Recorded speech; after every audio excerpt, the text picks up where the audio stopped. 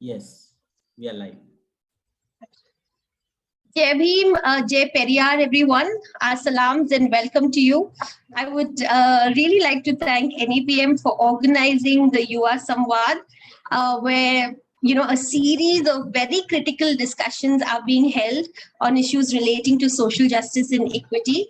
I think these discussions are especially important as it sort of provides a counter narrative to the absolute lies, hate, and bigotry advanced by the so-called WhatsApp university, which has unfortunately become a seat of learning in today's India. So thank you, NAPM, for this. Today is part two of a 5-part series, and the topic for discussion is strengthening contemporary struggles of youth, remembering social justice icons and martyrs such as Babasaheb Ambedkar and Thanthai Periyar. We are here today to share our experiences, struggles, and express solidarities with self-led, rights-based youth movements across the country. Babasaheb Ambedkar very famously said, "Let the caravan march on and further on, despite the hurdles, the pitfalls and difficulties that may come its way." I think today we have with us young Dalit crusaders who surely are taking Thanthai Periyar and Babasaheb's caravan forward in every way possible. I think their resistance and activism, despite the various personal and professional barriers they continue to face, have inspired not only youth from our community, but also youth from other marginalized communities to fight for social justice and assert their human rights. And of course, this becomes particularly important in the context of today's India. And I'm also very certain that Babasaheb and Periyar will be very proud of each one of us for our relentless struggle to dismantle the powers that be. Before I introduce our trailblazers to you, I would like to briefly set the context for today's discussion. The two social icons, like I said, that we will discuss in center stage today are Periyar E.V. Ramaswamy, widely known as Thanthai Periyar. Thanthai in Tamil is father, so he's fondly known as Thanthai Periyar, and of course, Babasaheb Ambedkar. Most people, especially those in the north, aren't familiar with Periyar, so I'll give a brief introduction about him. Periyar is, of course, the father of the Dravidian movement. Essentially, it was started in Tamil Nadu. He started the self-respect movement and has really left behind a rich legacy of Tamil and Dravidian identity. This is of relevance as we speak, when the current dispensation yesterday, the Union Home Minister of the country sort of said that they want to make Hindi the sort of official language of India. And, Periyar was up in arms against this idea because it really undermines federalism and diversity that is the very ethos of this nation. And today, Periyar remains hugely influential and relevant to the politics in Tamil Nadu because of his stance on caste, on social justice, and his rationalist worldview of religion. You don't necessarily sort of have to be an atheist to understand Periyar. When you read him, you will understand that he was so progressive for his times. And I think he's one of the most underrated social revolutionaries and political philosophers of the 20th century. Just how the Indian political system is so North-centric, so obsessed with it being heavily northern-led, really placed him at the periphery more as sort of voice of dissent than untiring crusader for social justice. So I think that's the prejudice, and I'm so happy to see this panel, where I think 3 of us are from the South, and that is very refreshing. And I think that's the sort of politics that Periyar also stood for. He sort of was against the Aryan, the great divide between the Aryan and Dravidian identity, language, social, religious, and cultural ethos. He really challenged the Indian philosophy, which is so sort of rooted in the Brahminical Hindu worldview of caste and karma and, birth and rebirth and purity and untouchability and all of that. So I think it's the social ideology of the Dravidian movement and struggles spearheaded by Periyar, that's sort of stands as a great barrier between the current dispensation and its claim to power in a state like Tamil Nadu. So we're very, very sort of a great salutes to Thanthai Periyar for his teachings and his philosophy that are so relevant even today. And of course, the other social justice icon we will highlight today is Babasaheb Ambedkar. Babasaheb is, of course, more popularly known as the father of the Indian Constitution. But to reduce Babasaheb to a mere Dalit icon is obviously an oversimplification advocated by the so-called Savarnas, the dominant caste. Other than him and other than his sort of contributions to Indian polity and so many other aspects of Indian social, political, and cultural, economic life. He is a world-renowned economist, jurist, philosopher, intellectual, and so many more other things. And also, he was a great, great advocate for gender equality, and that is an aspect I would like to highlight today. And of course, we have a speaker who will speak more to that. And they say that Babasaheb was only the messiah of the Dalits, but that's not true. He sort of not only advocated for Dalit women's rights, he advocated for all women's rights.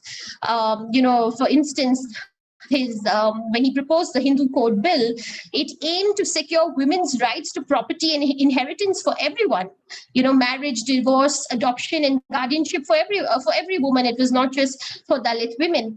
And, of course, the Brahmin patriarchs at that time rejected the proposal as they thought that this bill might inflict heavy damages on the Hindu society.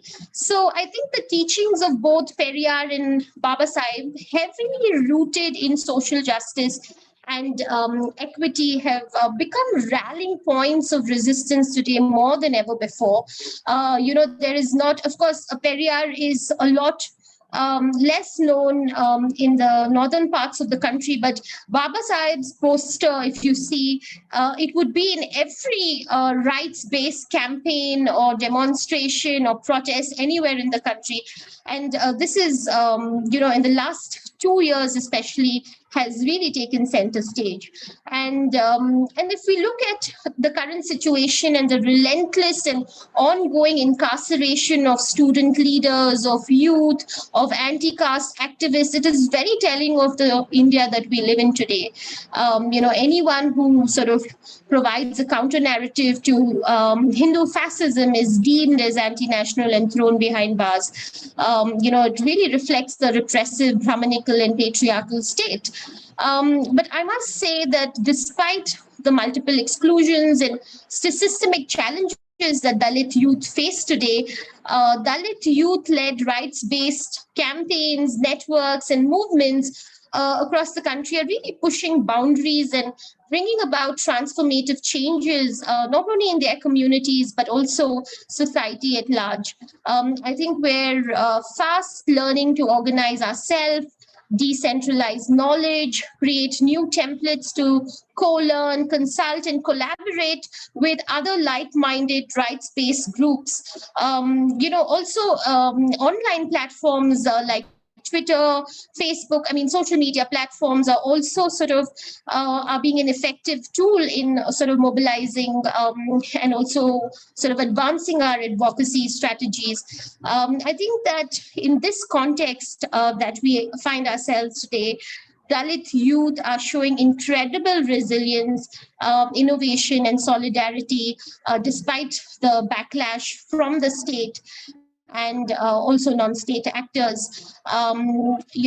Something as simple I won't say it's simple, but of course, something as, something like caste slurs, blatant abuse, personal attacks. We overcome all of this on a daily basis. And I suppose that's what's adding to our resilience. So, and just to sort of, the last thing that I would like to say is that I find it extremely interesting that the Dalit youth are reclaiming spaces, reclaiming their icons, and reclaiming their martyrs. And this is sort of really helping foreground our identity and politics in some sense. It's helping us sort of go back to our roots, strengthen our collective agency, I think, as a community, and really finding new ways to challenge status quo.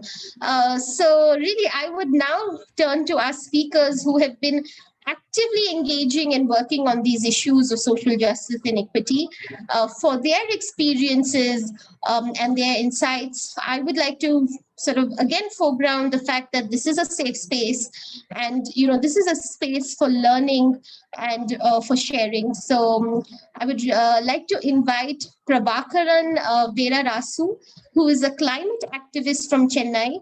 He's a long-term member of the Poovulagin Nanbargal, sorry for the mispronunciation, a 30-year-old environmental organization working on the issues of nuclear energy, GM crops, and thermal power plants. Prabhakaran is a well-known campaigner on various issues like Adani's port expansion and North thermal plant and climate change. Prabhakaran is a third-generation Periyarist who has been fighting for social justice since the age of 18. A very warm welcome to you, Prabhakaran. And the question that I would like to ask you is, being an environmental activist, how relevant is Periyar and Ambedkar's ideology in advancing your work? Also, if you could, since you're from Tamil Nadu, if you could sort of highlight and throw some light on the influence of Periyar on Tamil Nadu politics, that would be super helpful. Over to you, Prabhakaran. Jai Bhim, Jai Periyar. Good evening, everyone. So, thank you, Priyanka. Thank you for the organizer for inviting me. So I thought of talking in Tamil, but Meera and Priyanka asked me to talk in English, so I'm trying my best. If suppose I'm switching to Tamil, please be ready for the translation. Okay, the relevance of Periyar in environmentalism. So many people, they used to ask this same question. So whenever we quote Periyar during the environmental issues, during our struggles, many people used to ask the same question. So according to me, Periyar is more relevant in environmentalism.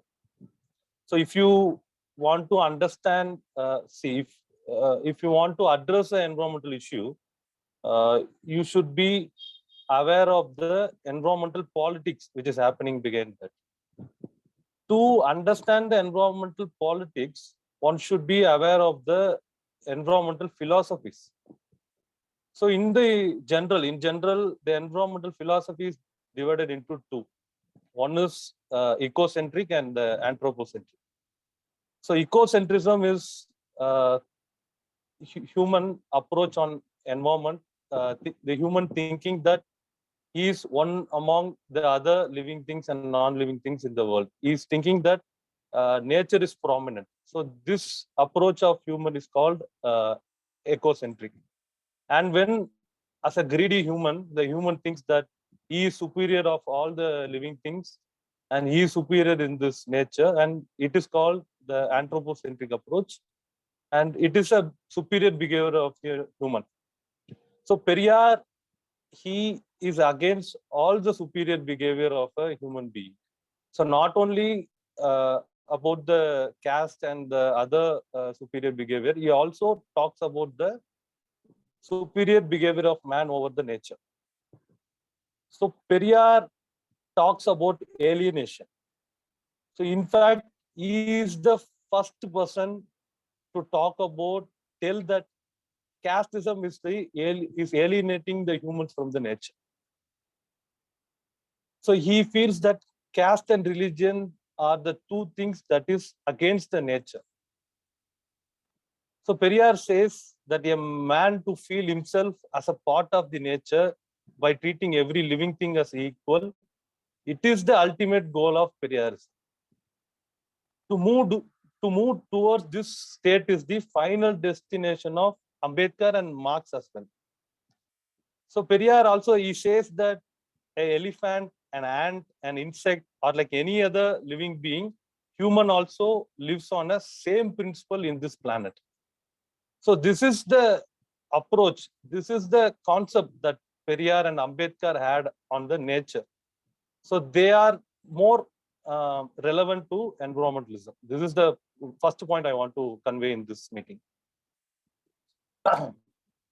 So without social justice, there is no environmental justice. And without environmental justice, there is no social justice. So we Poovulagin Nanbargal, we strongly believe in this. So as an example, if you take the issue of air pollution. So air pollution knows no boundary and has a potential to affect everyone. So it affects everyone, but it affects everyone differently. So the vulnerable groups, they get affected more. The working class, the economically weaker section, they expose more to the air pollution. So if you take the Delhi pollution, for example, when the Delhi pollution was in peak, the cricketer Yuvraj Singh, he tweeted that he's going to stay away from Delhi for 2 months. He's going for a trip or for a vacation. And the cricket, sorry. The same way, the Harbhajan Singh, he said that he's going to his native place for 2-3 months to avoid the Delhi pollution. So the privileged and those who have the potential to have money and protect them from the environmental degradation, they can stay away from the pollution. But think about what will happen to the street vendors in Delhi. Those who have the privilege to protect them from the air pollution, they will be using air purifiers. They will travel from one place to another place in a closed car. But think about what the rickshawala will do. So to get this understanding, to get this question, you need Periyar and Ambedkar. So during the British rule, when they were ruling the Chennai, they divided Chennai into black town and the white town. So they kept all the working class people in the black town, which is now it is called North Chennai. So there was a partiality. So this same partiality and discrimination is happening in Chennai, even after the British left us. Now all the industries have been sent to the North Chennai only. There are more than 80 in the red category industry in North Chennai.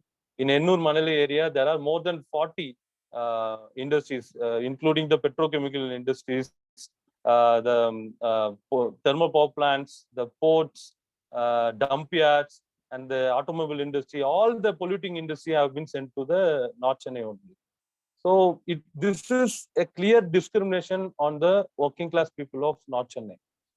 In 2019, for 4 days, the South Chennai has become critically polluted, and it has become a national-wide news in all over India. Even the North Indian channels are talking about the South Chennai pollution. But on the same 2019, there were 130 days the North Chennai was being critically polluted in a very unhealthy state, but no one bothered about it. So this is a clear discrimination. The pollution in North Chennai is not just an environmental issue. It is a caste issue. It is a class issue. To understand this discrimination, to understand this inequalities in the society, to understand the actual demands of the environmental struggle, we need Periyar and Ambedkar. So there is a saying that so when a country goes for a war, without reading or without knowing or without following the Sun Tzu's principle on war, one cannot win the battle. The same way, without understanding, without knowing the Periyar or Ambedkar, without knowing the differences in this Indian society, we cannot win any environmental struggle. Even though if we won any struggle, that will not be a victory for the people. So this understanding we will get only if we see all these things with the perspective of Periyar and Ambedkar. So in our organization Poovulagin Nanbargal, we all come from a social justice background. Initially, we were Dalit activists, Periyar rights and Ambedkar rights, working for the social justice causes. So we all come from that background. So that only helps us to understand the environmental issues and understand the issues of the people in more appropriate way. See, that is the reason for our uncompromised way of struggles. So we have struggled we are struggling against the governments. We are against the Adanis and struggle against the Kudangulam nuclear power plant, against the neutrino project, against the thermal power plant. All these struggles are basically we are questioning the governments. And we are clearly defining what is science and what is science for whom. So all these questions we have put up only because of Ambedkar and Periyar's ideology. Our struggles are clearly, during our struggles, we clearly draw a line between the development and the socio-political impacts on people. We draw a line between the impacts on people and the basic science. So Periyar and Ambedkar, and it can be seen only in our working style. So wherever issue we go and approach and whatever issue we take, there will be a touch of Periyar and Ambedkar in all the issues. Usually the environmental movements, most of the environmental movements, they don't have that approach because most of them are will be coming from a privileged background. There will be upper caste and upper class people who generally talk about the environmentalism. They talk about the plastic pollution. They talk on planting trees, and that is not the actual environmental politics which is needed for the people. But only by understanding the Periyar and Ambedkar, we can get that approach of the people's environmentalism. So rather than planting trees or creating awareness on plastics, we, Poovulagin Nanbargal, we question the government on anti-people policies and anti-environmental policies. Rather than giving awareness and lecture to the people, rather than giving advices to the people, we politicize the people to fight for their environmental rights. So we believe in Periyar's agitation politics. We also believe in Ambedkar's constitutional fight. So in our organization, we have filed we filed the cases against Kudangulam nuclear power plant, cases against hydrocarbon issue, cases against the Salem 8-way project, neutrino project, and GMO project. So we believe in the constitutional rights of Ambedkar. So we are fighting in the legislature. Also believe in Periyar's agitation politics, and we are educating the people. We are politicizing the people to fight for their environmental rights. So this is how in our struggle we include Periyar and Ambedkar ideology, and we fight for the environmental protection.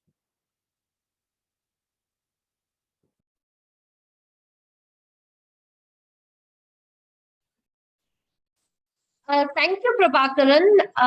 Meera, if you could just help us with the Hindi translation, please. Over to you. Thank you. साथियों, सभी को जय भीम, जिंदाबाद।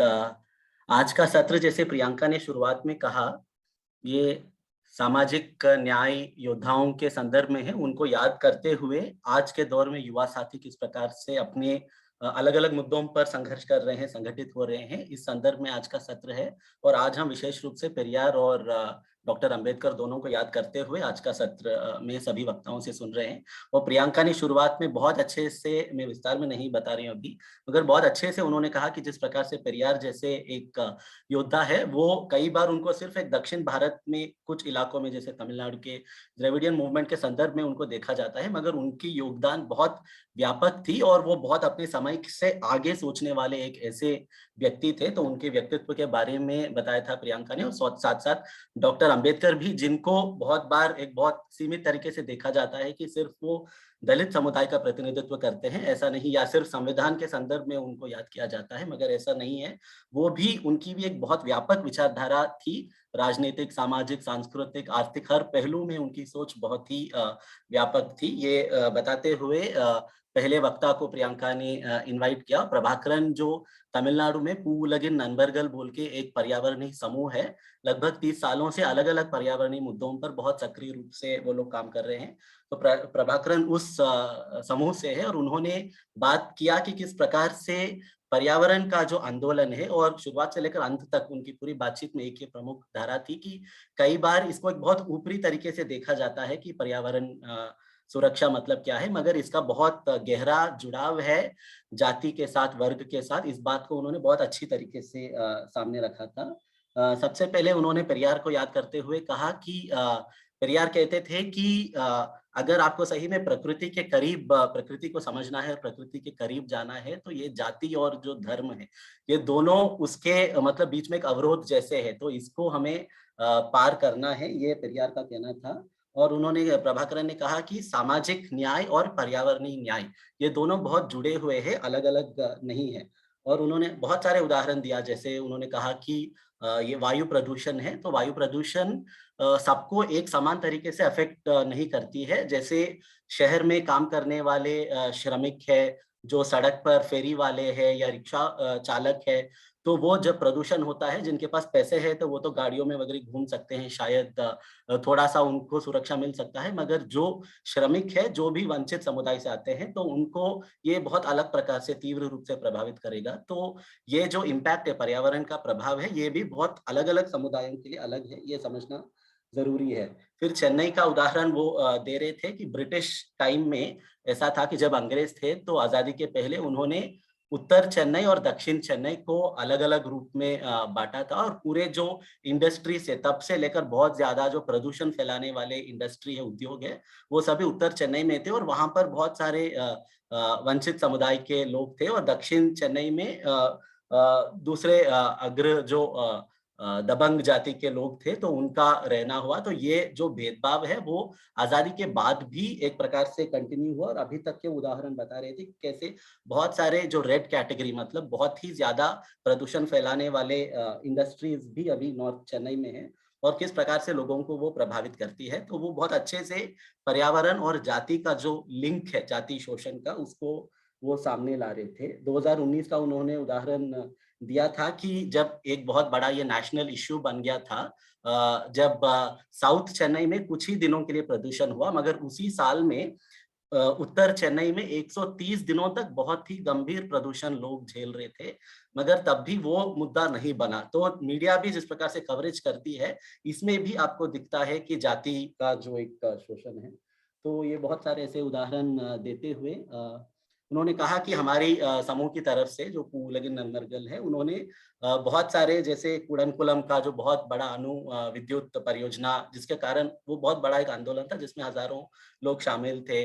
फिर सेलम जो 8 expressway, 8 लेन expressway था। तो ऐसे अलग अलग मुद्दों को उठाते हुए सरकार की जो जवाबदेही है लोगों के प्रति, उस पर उन्होंने अपना काम केंद्रित किया, न कि सिर्फ एक ऊपरी अप्रोच जो कई बार पर्यावरणीय कार्यकर्ताओं का हो जाता है कि सिर्फ पौधारोपण करने से या प्लास्टिक का कोई डील करने से ये सिर्फ पर्यावरणवाद नहीं है। पर्यावरणवाद सही में सामाजिक न्याय के साथ और इन सभी सरकार की नीतियों के साथ भी जुड़ता है, ये इन्होंने कहा। और हाँ, आई थिंक ब्रॉडली यही था। और उन्होंने अंत में ये बात कहा कि दोनों पेरियार और अंबेडकर, अगर आपको एक सही पर्यावरणवादी है तो पेरियार और अंबेडकर दोनों को समझना चाहिए, बहुत जरूरी है। और उनकी समूह भी पेरियार का जो एक एजिटेशनल अप्रोच है, मतलब संघर्ष का अप्रोच है, और बाबा साहेब अम्बेडकर का संविधान का भी आधार मानते हुए वो अपना काम कर रहे हैं। I hope I did justice, Prabhakar. Priyanka, I'm done. Thank you so much for that, Meera. That was really succinct and really powerful. Thank you for that. And thank you so much, Prabhakaran. I think you've highlighted a very, very critical thing, that social justice is equal to environmental justice. Thank you for that very powerful slogan. And I think we usually come across environmental movements encompassing voices of women and indigenous groups, but usually it fails to articulate the perspectives of Dalit and their ecological positions. Their relationship with nature remains constricted, from the dominant environmental framework in India.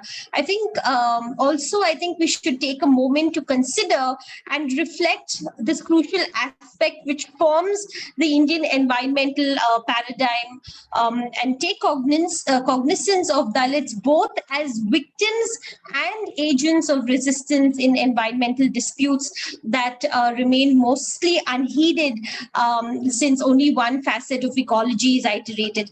Dalits are largely unmentioned and remain unacknowledged till date. And I think Dalit women are by far the most disproportionately affected by the climate crisis. And that's why your point on climate crisis is sort of, social justice is equal to environmental justice is so relevant. Thank you for that intervention, Prabhakaran.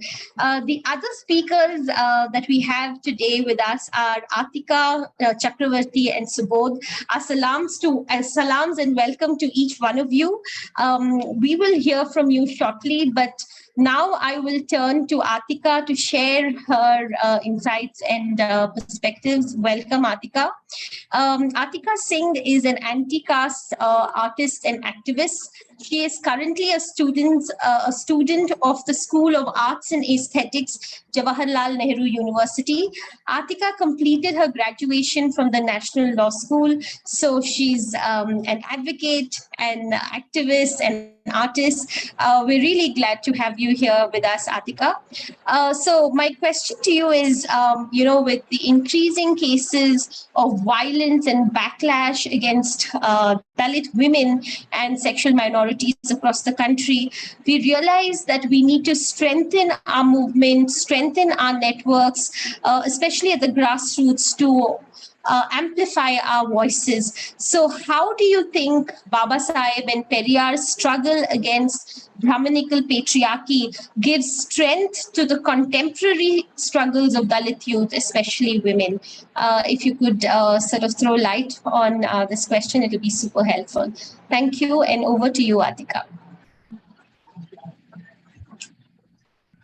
Jai Bhim, everyone. Thank you for the very warm introduction, Priyanka. It's a pleasure to have been given this space and opportunity to talk of two stalwarts, revolutionaries, mind you, not just reformers, Ambedkar and Periyar, for the ongoing Dalit History Month in the context of our contemporary struggle and the quest for social justice. I think to begin with, I'd like to foreground today's discussion on gender due to its contemporaneity. And I think also because it's always ethical to speak from within one's location and agency. So starting with some of the relevant keywords first and seeing the effect of their significations in our times, we must firstly interrogate gender, then contemporary struggle, and then come to social justice. So gender, as per the common normative formulation still now in the field of theory, and also as initially propounded by Dr. B.R. Ambedkar, can be understood as a set of power relations that merits the stance of a very challengeable discourse, especially in the Indian context. Today, there exists a presence of a large historical as well as political grouping under the umbrella term of gender. Gender herein is simply not a matter of self-signal, I think, but also adherent meaning-making through a consecutive approach of hierarchy, negligence, and denial. The treatment of gender and its power relation therefore require us to go beyond its homogeneity and uniformity, but rather look into the analytics of its experience. Gender and the power emanating from its strict delineation of resources, and also the kind of power play that it does, relations alike, only enable a funnel and not a cornucopia. Now, this point is what takes into the Ambedkarite aesthetic, cultural, social theories of understanding gender, and also through the radical ethical framework of Periyar. Because gender, as understood now, has a very reductive approach that is, I guess, embedded in the core of categorization of gender and sexuality because of Brahminical patriarchy, as you rightly said. So, which actually doesn't deliver justice to memory, lived experience, and assertion, or anything at all for that matter. For instance, if I talk about the realm of visuality and gender, because aesthetic practice can also be a transgressive and renovate force beyond the binary of gender difference, there is an urgent need for productive and transgressive ways to reread the androcentric canon of art history and the desire that it represents, in order to find a cultural space and identification for ourselves and our articulation of a Dalit feminist standpoint, apart from the dominant liberal Marxist one. This Dalit feminist standpoint seems like the urgent need of the hour. Now, coming to why does this seem like the urgent need of the hour, or why does there seems like there is a void when it comes to a hierarchical understanding of gender combined with caste? We must understand what is meant by this term called enabling process of Dr. Ambedkar. When he started to take upon the huge task of dismantling gender, he started by criticizing primarily, out of a lot of other things, Mahabharat, Ramayana, and also Manusmriti. And then he arrived at the very ethical, very egalitarian work that was then called the Hindu Code Bill, which was unfortunately not allowed to be passed. And from here, we understand gender basically as operating in the domain of social reproduction in India. Periyar, on the other hand, worked in the realm of social and the material both combined together as they operate together in the area of law, rights, and also norms. So from here, we can understand that social justice, therefore, is simply not about, this very linear approach to rights and duties, as commonly understood simply as distributive justice. Social justice breaks distributive justice and goes one step ahead. From here, we need to understand the phallocentric model as a subject that is formed by the main practice, and the principle of difference remains vastly understudied, I think, in a lot of other contemporary cultural and political fields as well. What we must therefore try and aim to do is realign subjectivity away from the phallocentric understanding of it being a sovereign signifier, as commonly understood in the theoretical space in India. Here, I must cite the previous works of V. Gita, Rege, Gopal Guru, Uma Chakravarthy, and Meena Kandasamy, and a lot of other people who've really put a lot of labor and effort into it, as well as the literary canon that was undertaken and beautifully elucidated upon by Shantabai Kamble, Urmila Pawar, Babitai Kamble, Kumud Paude, Gogu Shamla, Bama. Then we have Sukirta Rani, Shelja Payak, Roja Singh, Swati Kamble, also Gail Ombit, Sujata Gilda, and also the very beautiful work I Want to Destroy Myself by Malika Marshek, apart from many other upcoming scholars. Sorry for the long list, but I think it just feels really proud and really nice to cite our own inspirations and ancestors. But however, I would also like to take back the understanding of gender and caste to and the logocentric nature of the oppression created by the duality of it to the revolutionary work of Savitri Bai Phule, who was not just an educationist from Maharashtra, but also the first female teacher of India who enabled Dalits and also Muslims towards an egalitarian tradition of formal education, the best tool that we have today. I'd also like to bring in the name of Fatima Sheikh here. Then, although the bulwark of dismantling Brahminical patriarchy comes from Ambedkar's Annihilation of Caste, the primary text that we have, which provided the space for the intersectionality of caste and gender oppression, deeply embedded in the core of Hinduism. Before Ambedkar, though, anti-caste interventions through the likes of Jyotiba Phule and Periyar led to the pointing out of the relationship between Brahmanism and colonialism as well. However, their work also took it towards pre-colonial times. Under the fastest trains of Brahminical patriarchy, therefore, caste has cemented the divisiveness of gender, both politically and analytically.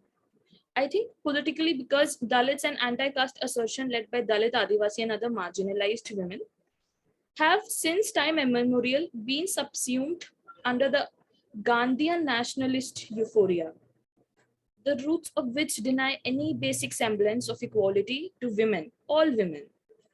And analytically because in the specific Indian context, nationalist histories and progressive communist ideologies developed a deep systemic contempt towards the claim of a gendered understanding of caste, resulting in political, social, and epistemic violence, segregation, and also exclusion. Like if we can sort of travel a little back and recall, even the 1990s anti-mandal protest and the resurgence of caste through the demands of social justice, even in that, the cause of Dalit women remained marginalized. Now, in the Indian context, there lies a very hierarchized collectivity called women in cultural politics as well as contemporary feminist theory. But I guess despite this, resistance practices, wherein we come to the contemporary, have been able to shift meaning, undo fixities, and really make a difference.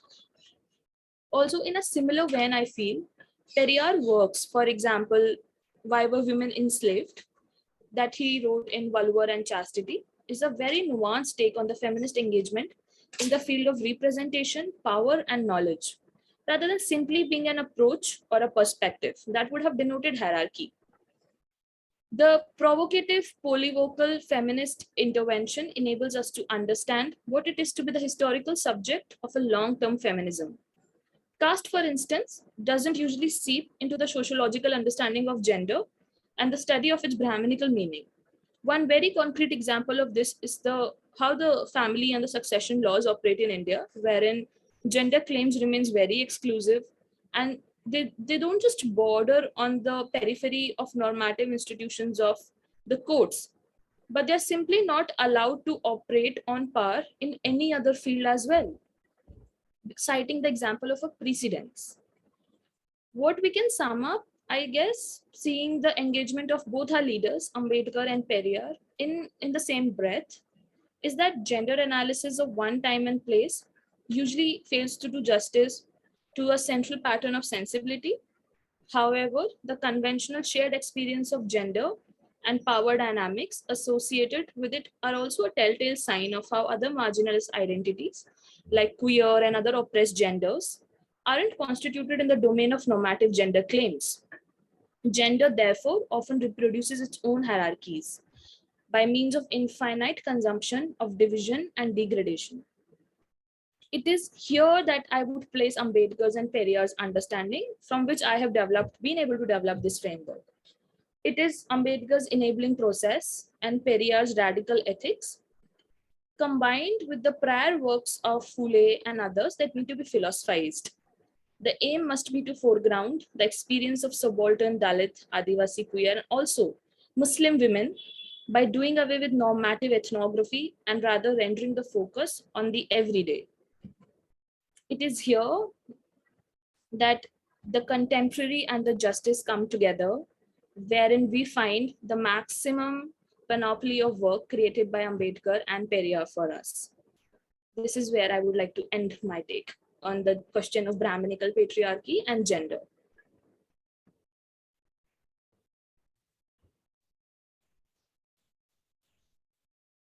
Thanks, Aatika, for foregrounding the gender lens in your presentation. I think it's really important to note that despite constitutional safeguards as well as special legislations like the SC/ST POA Act 1989, Dalit women and Dalit sexual minorities continue to experience the violation of their fundamental rights and face multiple forms of marginalization in their everyday lives. I would say that this state has consistently failed to provide us with basic protection. In our case, justice and accountability remain elusive and remote, really.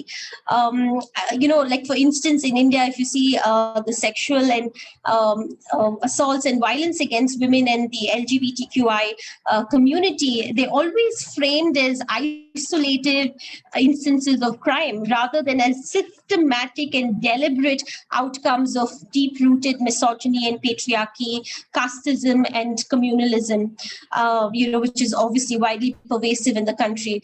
I think perhaps it is this skewed understanding and the complete absence of an intersectional approach that results in fundamental gaps being unaddressed while planning and implementing laws and policies for women and minorities across the spectrum. So yes, thank you for that very detailed presentation, Aatika. And Meera, would you quickly come in to sort of translate what Aatika said? Thank you, Meera. Honestly, I really don't think I'll be able to do justice to, because it was very comprehensive and I think very theoretically sharp. But दो तीन जो प्रमुख बिंदु है जो मुझे लगता है कि हाईलाइट कर सकते हैं, मैं थोड़ा सा वो हाईलाइट कर दूंगी. बट बाद में अच्छा रहेगा कि इसका जो आतिका ने बहुत अच्छे से लिखा है उसका अगर हम हिंदी अनुवाद करके भी साथियों को उपलब्ध करा सकते हैं तो ये जरूर पढ़ना चाहिए साथियों को. तो ये दो तीन बातें हैं. एक तो सबसे पहले आतिका ने कहा कि इस पूरे चीज को, और उन्होंने अपना पूरा संदर्भ सिर्फ जेंडर जो आज का कॉन्सेप्ट है ये बहुत एक रेस्ट्रिक्टिव मतलब एक सीमित कॉन्सेप्ट हो चुका है, जबकि अंबेडकर पेरियार जैसे व्यापक सोच रखने वाले योद्धाओं ने, और उनके पहले भी उन्होंने सावित्रीबाई, ज्योतिबा सबको भी याद करते हुए कहा कि जेंडर जो है एक पूरा एक पावर रिलेशन, समाज में जो अलग अलग तरह के जो पावर्स है उस पावर के नजरिए से ही हम इस पूरे जेंडर की बात को समझ सकते हैं. तो उन्होंने तीनों मुद्दों को रखा है कि एक जेंडर, दूसरा जो वर्तमान संघर्ष है और तीसरा सामाजिक न्याय. इन तीनों को समझते हुए ही हम ब्राह्मणवादी पितृसत्ता को समझ सकते हैं. तो उन्होंने कहा कि समाज में जो एग्जिस्टिंग पावर रिलेशंस है इसको समझना बहुत जरूरी है, नहीं तो हम आज का जो कई बार जेंडर का एक ये होता है, बातचीत होती है, वो बहुत लिमिटेड तरीके से जेंडर एंड सेक्सुअलिटी के फ्रेमवर्क में आ जाता है. फिर उन्होंने कहा कि बहुत बार ये जो जेंडर का सवाल है वो उसमें शोषित वंचित तबके के जो महिलाएं हैं, खासकर दलित समाज की महिलाएं हैं, उनका नजरिया बिल्कुल ही नहीं रिफ्लेक्ट होती है. तो ये एक बहुत बुनियादी बात है. और उन्होंने दोनों डॉक्टर अंबेडकर और पेरियार के उनके लाइफ एक्सपीरियंसेस को शेयर करते हुए कहा कि जैसे बाबा साहेब ने महाभारत रामायण से लेकर मनुस्मृति तक कैसे उस पर पूरा सवाल उठाया था, और हिंदू कोड बिल जैसे प्रगतिशील पहल उन्होंने की, मगर वो अनफॉर्चुनेटली वो पास नहीं हो पाया. बट उन्होंने कहा कि इन दोनों बाबा साहेब और पेरियार के सोच में हमेशा से ब्राह्मणवादी पितृसत्ता को चुनौती देने का वो एक बहुत इंपॉर्टेंट कॉम्पोनेंट था. फिर उन्होंने ये भी बात किया कि हम कई बार ये जो जेंडर के फ्रेमवर्क में भी एक लीनियर, उन्होंने कहा मतलब एक ऐसा कोई बहुत सीधी बात नहीं है कि सिर्फ कुछ अधिकार और कुछ जिम्मेदारियां. तो उन्होंने कहा कि बात वो डिस्ट्रीब्यूटिव जस्टिस नहीं, मगर एक बहुत फंडामेंटल उससे आगे जाकर सामाजिक न्याय का जो सवाल है वो हमें उस पर हमें फोकस करना चाहिए. फिर हाँ, उन्होंने बाबा साहेब का जो जाति निर्मूलन का जो बहुत महत्वपूर्ण काम है, एनाइलेशन ऑफ कास्ट, उसके संदर्भ में भी उन्होंने कहा कि ब्राह्मणवादी पितृसत्ता को किस प्रकार से चुनौती देना जरूरी है, नहीं तो हम सिर्फ जेंडर की बात कास्ट के बारे में बात किए बिना नहीं कर पाएंगे. और उनके टाइम से लेकर पहले तक तब के इस प्रकार के एंड स्टार्टिंग में उन्होंने बहुत अच्छा सा एक शब्द कहा कि ये सभी सिर्फ सोशल रिफॉर्मर्स नहीं है, ये क्रांतिकारी है अपने आप में, सिर्फ समाज सुधार करने वाले योद्धा नहीं है. तो उन्होंने सावित्रीबाई और फातिमा शेख को भी याद करते हुए कहा कि जिस प्रकार से उन्होंने पहली शिक्षिकाओं के रूप में एक समतावादी शिक्षा का सपना देखा और उसको साकार भी किया, ये आज तक के लिए प्रेरणादायक है. फिर हाँ, एक उन्होंने ये भी पॉइंट कहा कि जेंडर का जो एक एनालिसिस है, विश्लेषण है, ये अलग अलग समय पर ये बहुत डायनामिक है। ऐसा नहीं कि ये स्टैटिक नहीं है कि एक बार कुछ सोचा तो वही रहेगा। जैसे आज हम देख रहे हैं कि किस प्रकार से अलग अलग प्रकार के नारीवादी सोच जो ब्राह्मणवादी पितृसत्ता को चुनौती देती है, जिसमें दलित महिलाओं से लेकर आदिवासी महिलाओं से लेकर मुस्लिम महिलाओं से लेकर ट्रांसक्वियर पहचान रखने वाले व्यक्तियों तक, ये सभी कैसे ब्राह्मणवादी पितृसत्ता को डिसमेंटल करती है, चुनौती देती है। तो ये सभी कहीं ना कहीं जुड़ती है बाबा साहेब और पेरियार का जो मूल सोच है समाज में, जो पावर का जो सत्ता का इनिक्विटी है उसको चैलेंज करने में। तो ब्रॉडली ये कुछ बिंदु थे, बट आई नो कि बहुत सारे इंपॉर्टेंट पॉइंट्स आतिका ने कहा, वो हम कोशिश करेंगे कि बाद में उनका पेपर अनुवाद करके साथियों को उपलब्ध कराएं। Thank you so much for that, Meera. The translation was super helpful. And I think it's also very important to say that Babasaheb Ambedkar said that in India, the annihilation of caste cannot happen in the absence of the annihilation of patriarchy, and the annihilation of patriarchy cannot happen without the annihilation of caste. So the two are really, very closely linked. So thank you for that, both of you. Now I would... Sorry, Priyanka, that was a very important. I'll just tell that part in English, in Hindi. Oh, Priyanka yes, please. जो आतिका ने कहा वो बहुत महत्वपूर्ण बात है कि जो बाबा साहेब ने भी हमेशा कहा कि जाति निर्मूलन और पितृसत्ता का, ब्राह्मणवादी पितृसत्ता का निर्मूलन, दोनों बहुत एक दूसरे से जुड़ा हुआ है। हम एक का संघर्ष दूसरे के संघर्ष के बिना नहीं कर सकते हैं और वो हमेशा अधूरा रहेगा। इसलिए दोनों लड़ाइयाँ, जाति निर्मूलन और ब्राह्मणवादी पितृसत्ता का निर्मूलन भी साथ साथ होना चाहिए। Thank you, Meera. Thank you for that. So now moving on to our next speaker, Chakravarthy. Advocate Chakravarthy is a budding lawyer and constitutional right activist in Hyderabad, and he's based in Hyderabad, Telangana. Hailing from a marginalized caste and class background, he is deeply passionate about education and equity. He studied at Rainbow Homes and later completed his law degree. He is committed to social justice and has been trying to engage with youth on issues of communal harmony and peace as part of Aman, Yuva. So welcome, Chakravarthy. And the question that I would like to pose to you is, how relevant is Periyar and Ambedkar's ideology in advancing your work? You're also a part of the Aman Yuva. So how relevant are their teachings and how do you apply it in your current struggles? Over to you. Thank you, Priyaji. Jai Bhim, all of you, and Jai Hind San. Yeah, Periyar and Ambedkar both are fought for anti-casteism and anti-Brahmanism. Hello? Yes, Yes, go ahead, Chakravarthy. Go ahead. You're clearly audible. Okay, I can speak in. I'll speak in Telugu language. It is, yes, sure. Go ahead. Okay, Ambedkar and Periyar.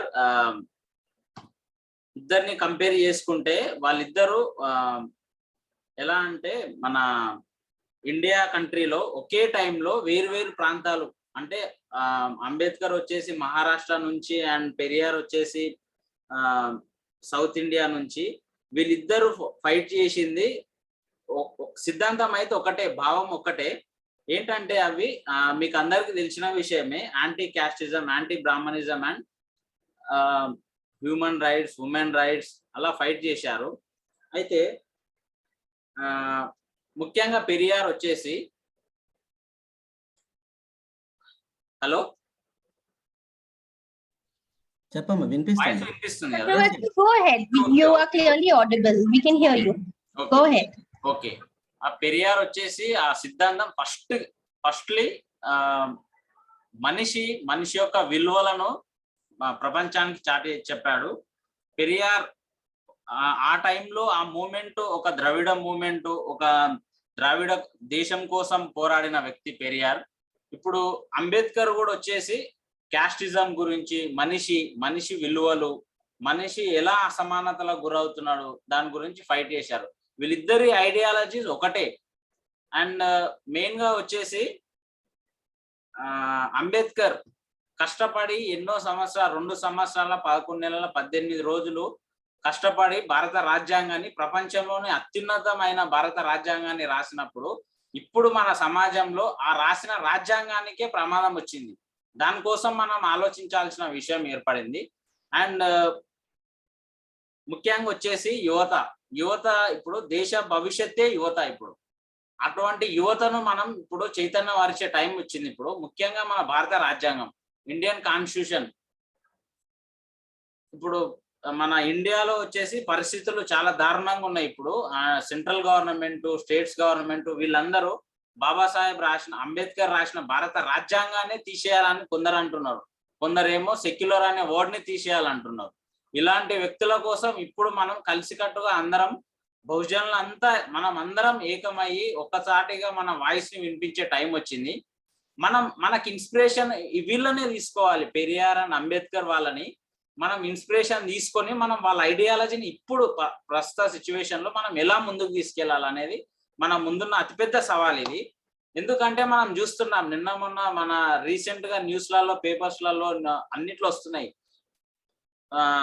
Election కంటే ముందు మతపరమైన వివాదాలను సృష్టిస్తున్నారు. అది కూడా పరిపాలన చేసే వ్యవస్థనే ఇలాంటి దారుణమైన పరిస్థితిలో ఒక మనిషి మనుగడకి ప్రమాదం వచ్చి పడింది ఇప్పుడు ప్రపంచంలో, అండ్ ముఖ్యంగా భారతదేశంలో.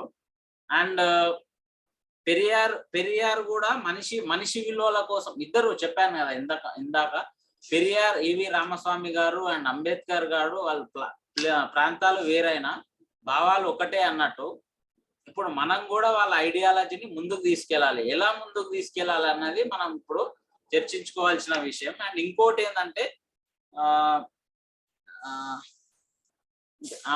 ఇప్పుడు మన భారతదేశంలో రకరకాలమైన రాష్ట్రాలు ఉన్నాయి. రాష్ట్రాల్లో డిఫరెంట్ రిలీజియన్స్ ఉన్నాయి, డిఫరెంట్ ఏంటి ప్రాంతాల కల్చరల్ వాళ్ళు వేరే అభిరుచులు వాళ్ళకు ఉన్నాయి. ఎవరి వ్యక్తిగతంగా స్వేచ్ఛగా జీవించడానికి కూడా వాళ్ళు భయపడే పరిస్థితి ఉన్నది. ఇప్పుడు వాళ్ళు ఆ సంవత్సరంలోనే, ఆ కాలంలోనే అంబేద్కర్ అండ్ పెరియార్ వాళ్ళు ముందుకు వచ్చి ఫైట్ చేసి సమాజంలో ఎన్నో అసమానతలు ఎదుర్కొని మనలాంటికి ఒక మార్గం, ఒక దారి, ఒక పునాది వేసిన వ్యక్తులు వీళ్ళిద్దరిని ఇప్పుడు మనం ఇన్స్పిరేషన్ తీసుకొని నెక్స్ట్ మనం ఇప్పుడు ఫ్యూచర్ లో వీళ్ళ ఐడియాలజీని మనం ఎలా ముందుకు తీసుకెళ్ళాలి, మనం ఇప్పుడు సమాజంలో ఎలా ప్రజలను అందరినీ చైతన్యపరిచి మనం అనుకున్న లక్ష్యం బాబాసాహెబ్ అంబేద్కర్ అండ్ పెరియార్ వీళ్ళిద్దరూ కలలు కన్న మన భారతదేశాన్ని మనం ఎలా ముందుకు తీసుకెళ్లాలనేది మనం అతిపెద్ద సవాల్. అందులో భాగంగానే మనందరం వేరే డిఫరెంట్ స్టేట్స్ నుంచి డిఫరెంట్ సోషల్ ఇష్యూస్ నుంచి మనం చైతన్యంగా మనం ఇప్పుడు ముందుకొని ఇంకా భావితరాలకు కూడా ఫ్యూచర్ లో వాళ్ళకి మనం ఎలా ముందుకు తీసుకెళ్ళాలి అనేది ఇప్పుడు మన అతిపెద్ద సవాల్. ఇంకొకటి వచ్చేసి మెయిన్ థింగ్ ఇప్పుడు మన భారతదేశ పరిస్థితులు మనం ఎలా ఆలోచన చేసి మనం ఎలా మన భారత రాజ్యాంగాన్ని రక్షించుకోవాలి. ఇప్పుడు ముఖ్యంగా మా బాబాసాహెబ్ అంబేద్కర్ ఏం చెప్పారంటే ఇండియా మన భారతదేశం యొక్క ప్రధానమైన గుడి పార్లమెంట్ అని చెప్పండి. చట్టసభలలో మనం సామాన్య వ్యక్తి కూడా ఎక్కడో ఉండాల్సిన, మారుమూల ప్రాంతాల్లో ఉండాల్సిన వ్యక్తి కూడా చట్టసభలలో, అసెంబ్లీలో, పార్లమెంట్ లో ఉండాలని చెప్పిండు.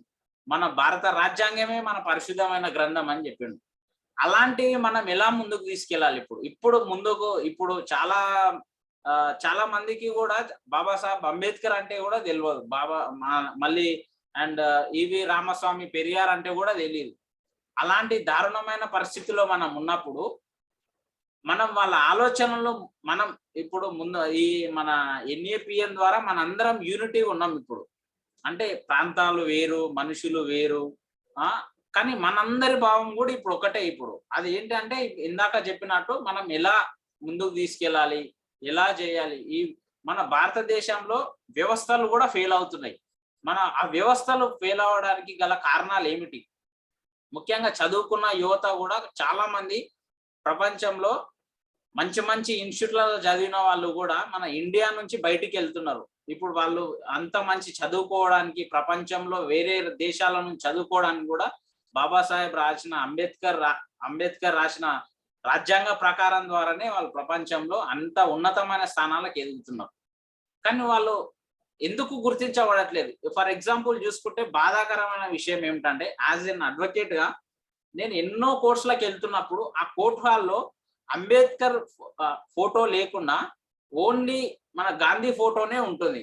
అంటే మనకు సామాన్య ఒక వ్యక్తి కూడా తను న్యాయం కోసం కోర్టు హాల్కి ఎక్కినప్పుడు ఆ భారత రాజ్యాంగం ద్వారానే ఆ జ్యుడిషియరీ సిస్టమ్ కూడా రన్ అవుతుంది.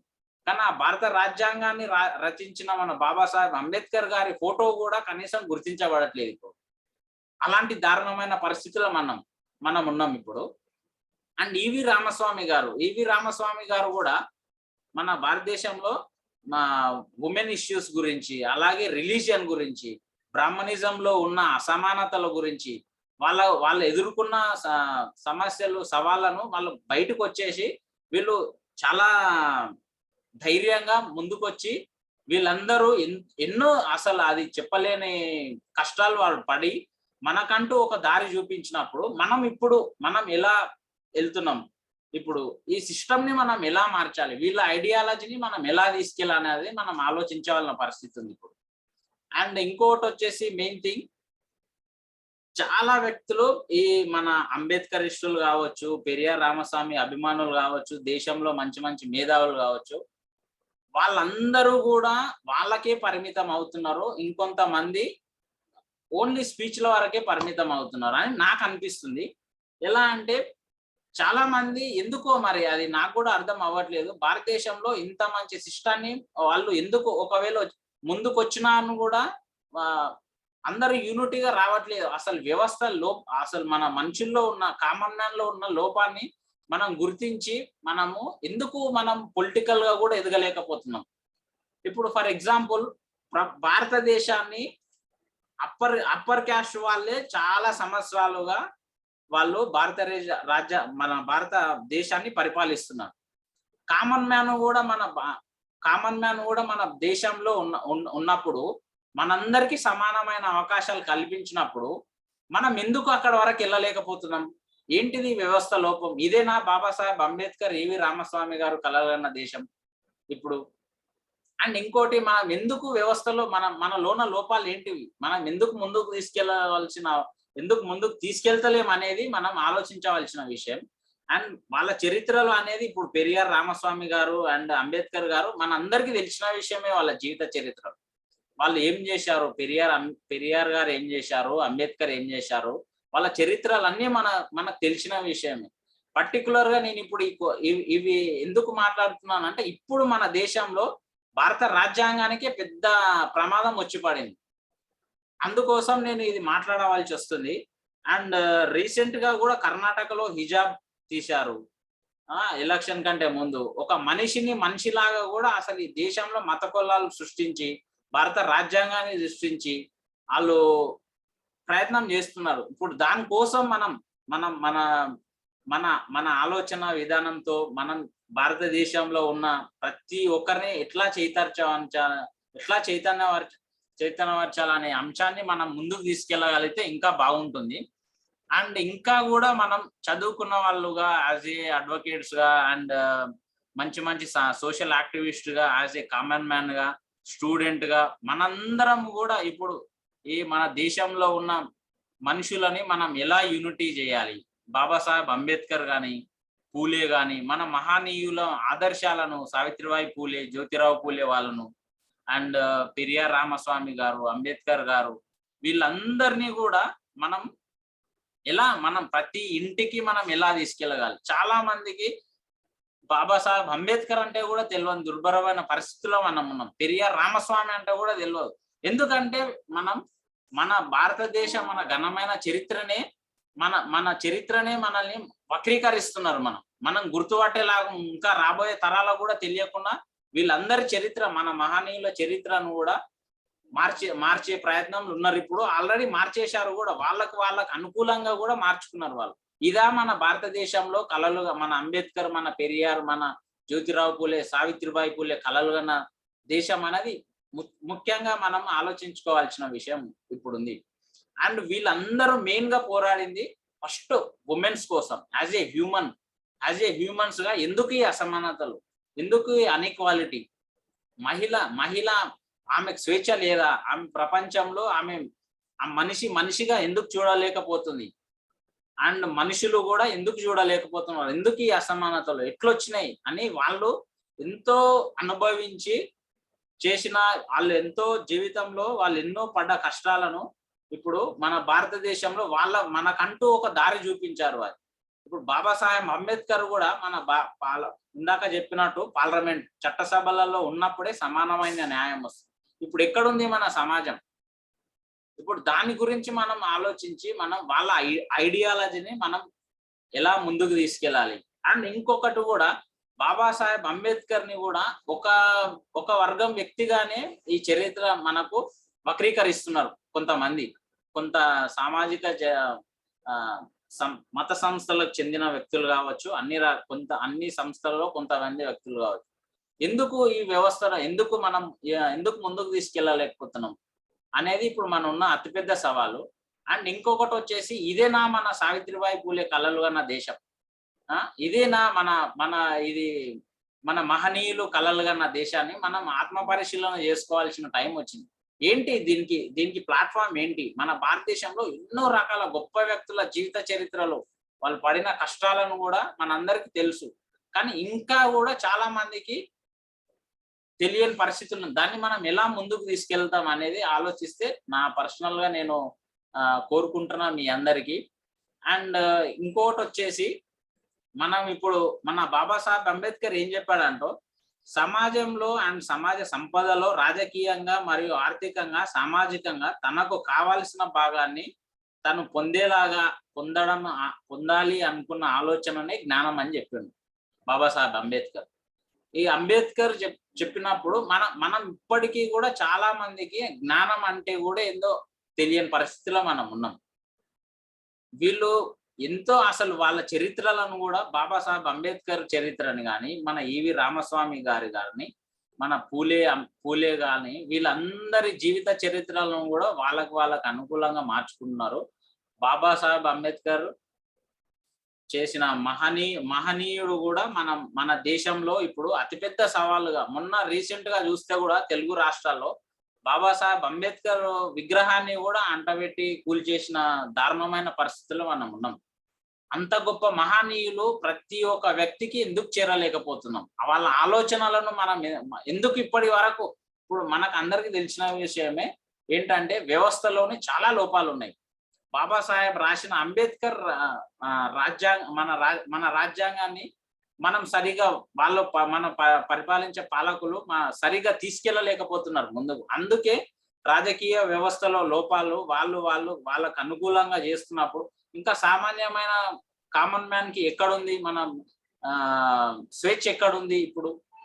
ఇప్పుడు మన దేశంలో కూడా మనం సరిగ్గా లేకుండా ఉంటున్న పరిస్థితులు ఉన్నాయి ఇప్పుడు. Chakravarthy, sorry to interrupt you. Could you just wrap up in a minute and then Deepthi could translate? So if you could wrap up in a minute, please. Thank you. Chakravarthy, take a minute more to conclude what you were saying.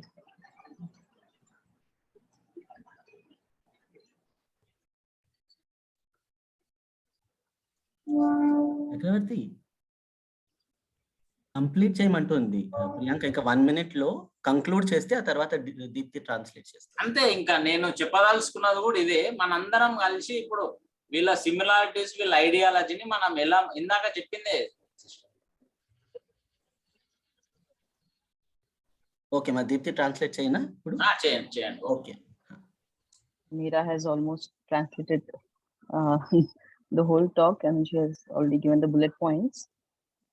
Deepthi, could you please speak a little louder? Yes. Ms. Deepthi from the Dalit Women's Collective is translating for us what Chakravarthy just said. And thank you, Meera, for your translation in the chat box. So Deepthi, if you could just say it in a succinct way, that will be helpful. Thank you, Deepthi. So Chakravarthy has talked about how both Periyar and Ambedkar, who belong to different regions from India, one is from Maharashtra and one is from South India, they both have fought for the same causes, that is anti-casteism and anti-Brahmanism. And he has talked about how women's rights are human rights, but the present society has failed to recognize it, and that we need to spread this ideology across the world. And Periyar has fought for the Dravida. There's a separate region for Dravids, and then he has reminded us. Sorry to interrupt. If you could speak a little louder, maybe you speak right into the mic, please. Yes, I'm using a mic actually, but Okay, just speak into it. Thanks. Chakravarthy has also reminded us about how Ambedkar has talked about humans being subjected to inequalities because of caste and religion and other bases. For 2 years and for more than 2 years, Ambedkar has worked so hard towards writing the constitution, which is considered the best and the most comprehensive in the world. And then the youth, he has talked about the youth, which is the future of the country, but somehow the youth these days are not being that active, and the youth needs to be revolutionized. The present governments also wants to remove the word constitution and also wants to remove the word secular from the constitution. It's trying to kill the secular spirit. There has been an attack on the secular spirit from all quarters. The lawmakers themselves are doing it, and we have also seen in the news about how there are communal fights just before elections. Lawmakers and the people who are supposed to protect the laws in the constitution are killing its very spirit. And then there's about the diversity of our country, where different religions and cultures are living in harmony, but the rulers are bent on killing that spirit. And people are now living in a fear because they cannot live the way they want to. They are living in a fear now. And Ambedkar and Periyar have fought for these very rights. And it's a challenge we have to consider and take up this challenge and how to take the future generations on this path. And yeah, Babasaheb had said that the parliament is a temple and the constitution is a sacred text. But nowadays, youth don't really know about Periyar or Ambedkar because the rulers have conspired enough and limited these revolutionaries to just some particular regions or castes. Just like NAPM is uniting us all from who belong to different regions and backgrounds, we need to think of more ways to uniting youth from the country. Next is about the systems which are failing in the country, and the systems are failing in the country and also failing the country. Youth who are going abroad have forgotten and overlooked the fact that it's the constitution that has helped them to progress so much. And as an advocate, Chakravarthy is distressed that Ambedkar, because of whom the courts and the law is running, is not respected as much as Gandhi is in this country now. And Ambedkar and Periyar, they have showed a lot of courage in facing challenges in their times, but these days people don't have the kind of courage to do what they had done, because Ambedkar, both people who follow Ambedkar and Periyar are limiting themselves only to speeches, and there's no positive action, and also there is no unity, which is the reason we are not able to rise politically, especially the marginalized sections. And this is the reason for the dominant caste and the privileged classes ruling the country. There are equal opportunities provided by the constitution for everyone, but still the marginalized people are not able to use it well and are not able to reach the position that they should be in. And the constitution is presently in danger, which is reflected in certain events like the Karnataka hijab issue, where people are divided in the name of religion. Constitution has given us the freedom to practice the religion, but the rulers are breaking that. And we as activists should try to unite people, and we should do some serious reflections and on how to take the stories of these revolutionaries to everyone's to all homes. And Chakravarthy also says that this is not the country that we dreamt of. This is not the country that Savitribai Phule has dreamt of, because women do not have freedom. Why isn't the world looking at her as a human? All these revolutionaries have fought for equal rights for women too, and it's our duty to take their ideology forward. And history is being distorted to limit Ambedkar to a particular caste, and also Periyar to a certain region only. It's our responsibility, and we need to introspect and think about how to take this forward and put all these into action. Babasaheb had said that knowledge is being able to achieve what we want, but that is not happening in the country. In Telugu states, in Andhra recently, there was an incident where Ambedkar's statue was vandalized. It has happened because there are many faults in the systems, and the rulers are not implementing the constitution well, and that common has no freedom. So Chakravarthy wants us to reflect seriously on how we can come together, how we can revolutionize the youth and take forward the thoughts of these revolutionaries.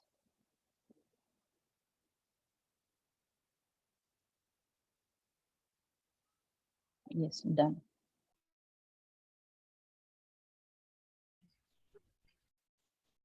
Thank you so much, Deepthi, for the translation, and also, for sort of complimenting Meera's points on the chat. Thank you so much.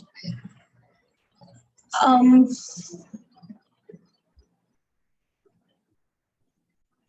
I audible? Hello? Yes. Yeah, sorry about that. Sorry. Yeah, so thank you, Chakravarthy. I think your presentation was really good. And also your personal journey is remarkable. You really are an inspiration to all of us, really. So more power to you. Now moving on to our next speaker, Subodh Kumud. He is an activist and advocate from Gujarat. He's associated with the Rashtriya Dalit Adhikar Manch. He also works very closely with the labor movement. Subodh, my question to you is, how have Periyar and Ambedkar inspired you, and how is their ideology and philosophy relevant in mobilizing Dalits today, especially the Dalit youth? And since you come from the state of Gujarat, if you have any insights for us on how the challenges you face while mobilizing and organizing Dalit youth, that will be useful to hear. Over to you, Subodh. Jai Bhim to all. I'll be speaking in Hindi and English. Yeah, sure. Go ahead. Yeah, as you asked me that how Ambedkar and Periyar has helped me to shape my ideology. Before that, I would like to go back into my village life. I have spent my 25 years in village. So I was literally clueless about the Ambedkar. I have heard that he is the man who wrote constitution and has done many things for Dalits. But as you have said in the beginning that in the northern part of India, Periyar is not well known. So there was no question about hearing name of Periyar. So when I shifted to Ahmedabad from my village, here I first started my journey with pharmacist movement. Then I entered into labor movement, and then after Rohit Vemula incidents happened, I came into contact with Jignesh Mewani and Jayesh Bhai and many other friends. So we started discussing many things, and there we find that the Dalit movement, especially in Gujarat, has been chalked up in the rhetoric of Jai Bhim. So so drawing from the inspiration from Periyar and Ambedkar, if you compare Periyar and Ambedkar, they are more or less similar in their work.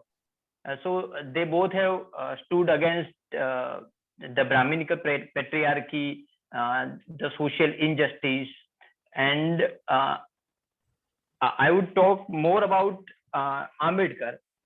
So when UNA happened, so we decided that we will not confine this movement to Jai Bhim and prestige issue also, prestige issue only.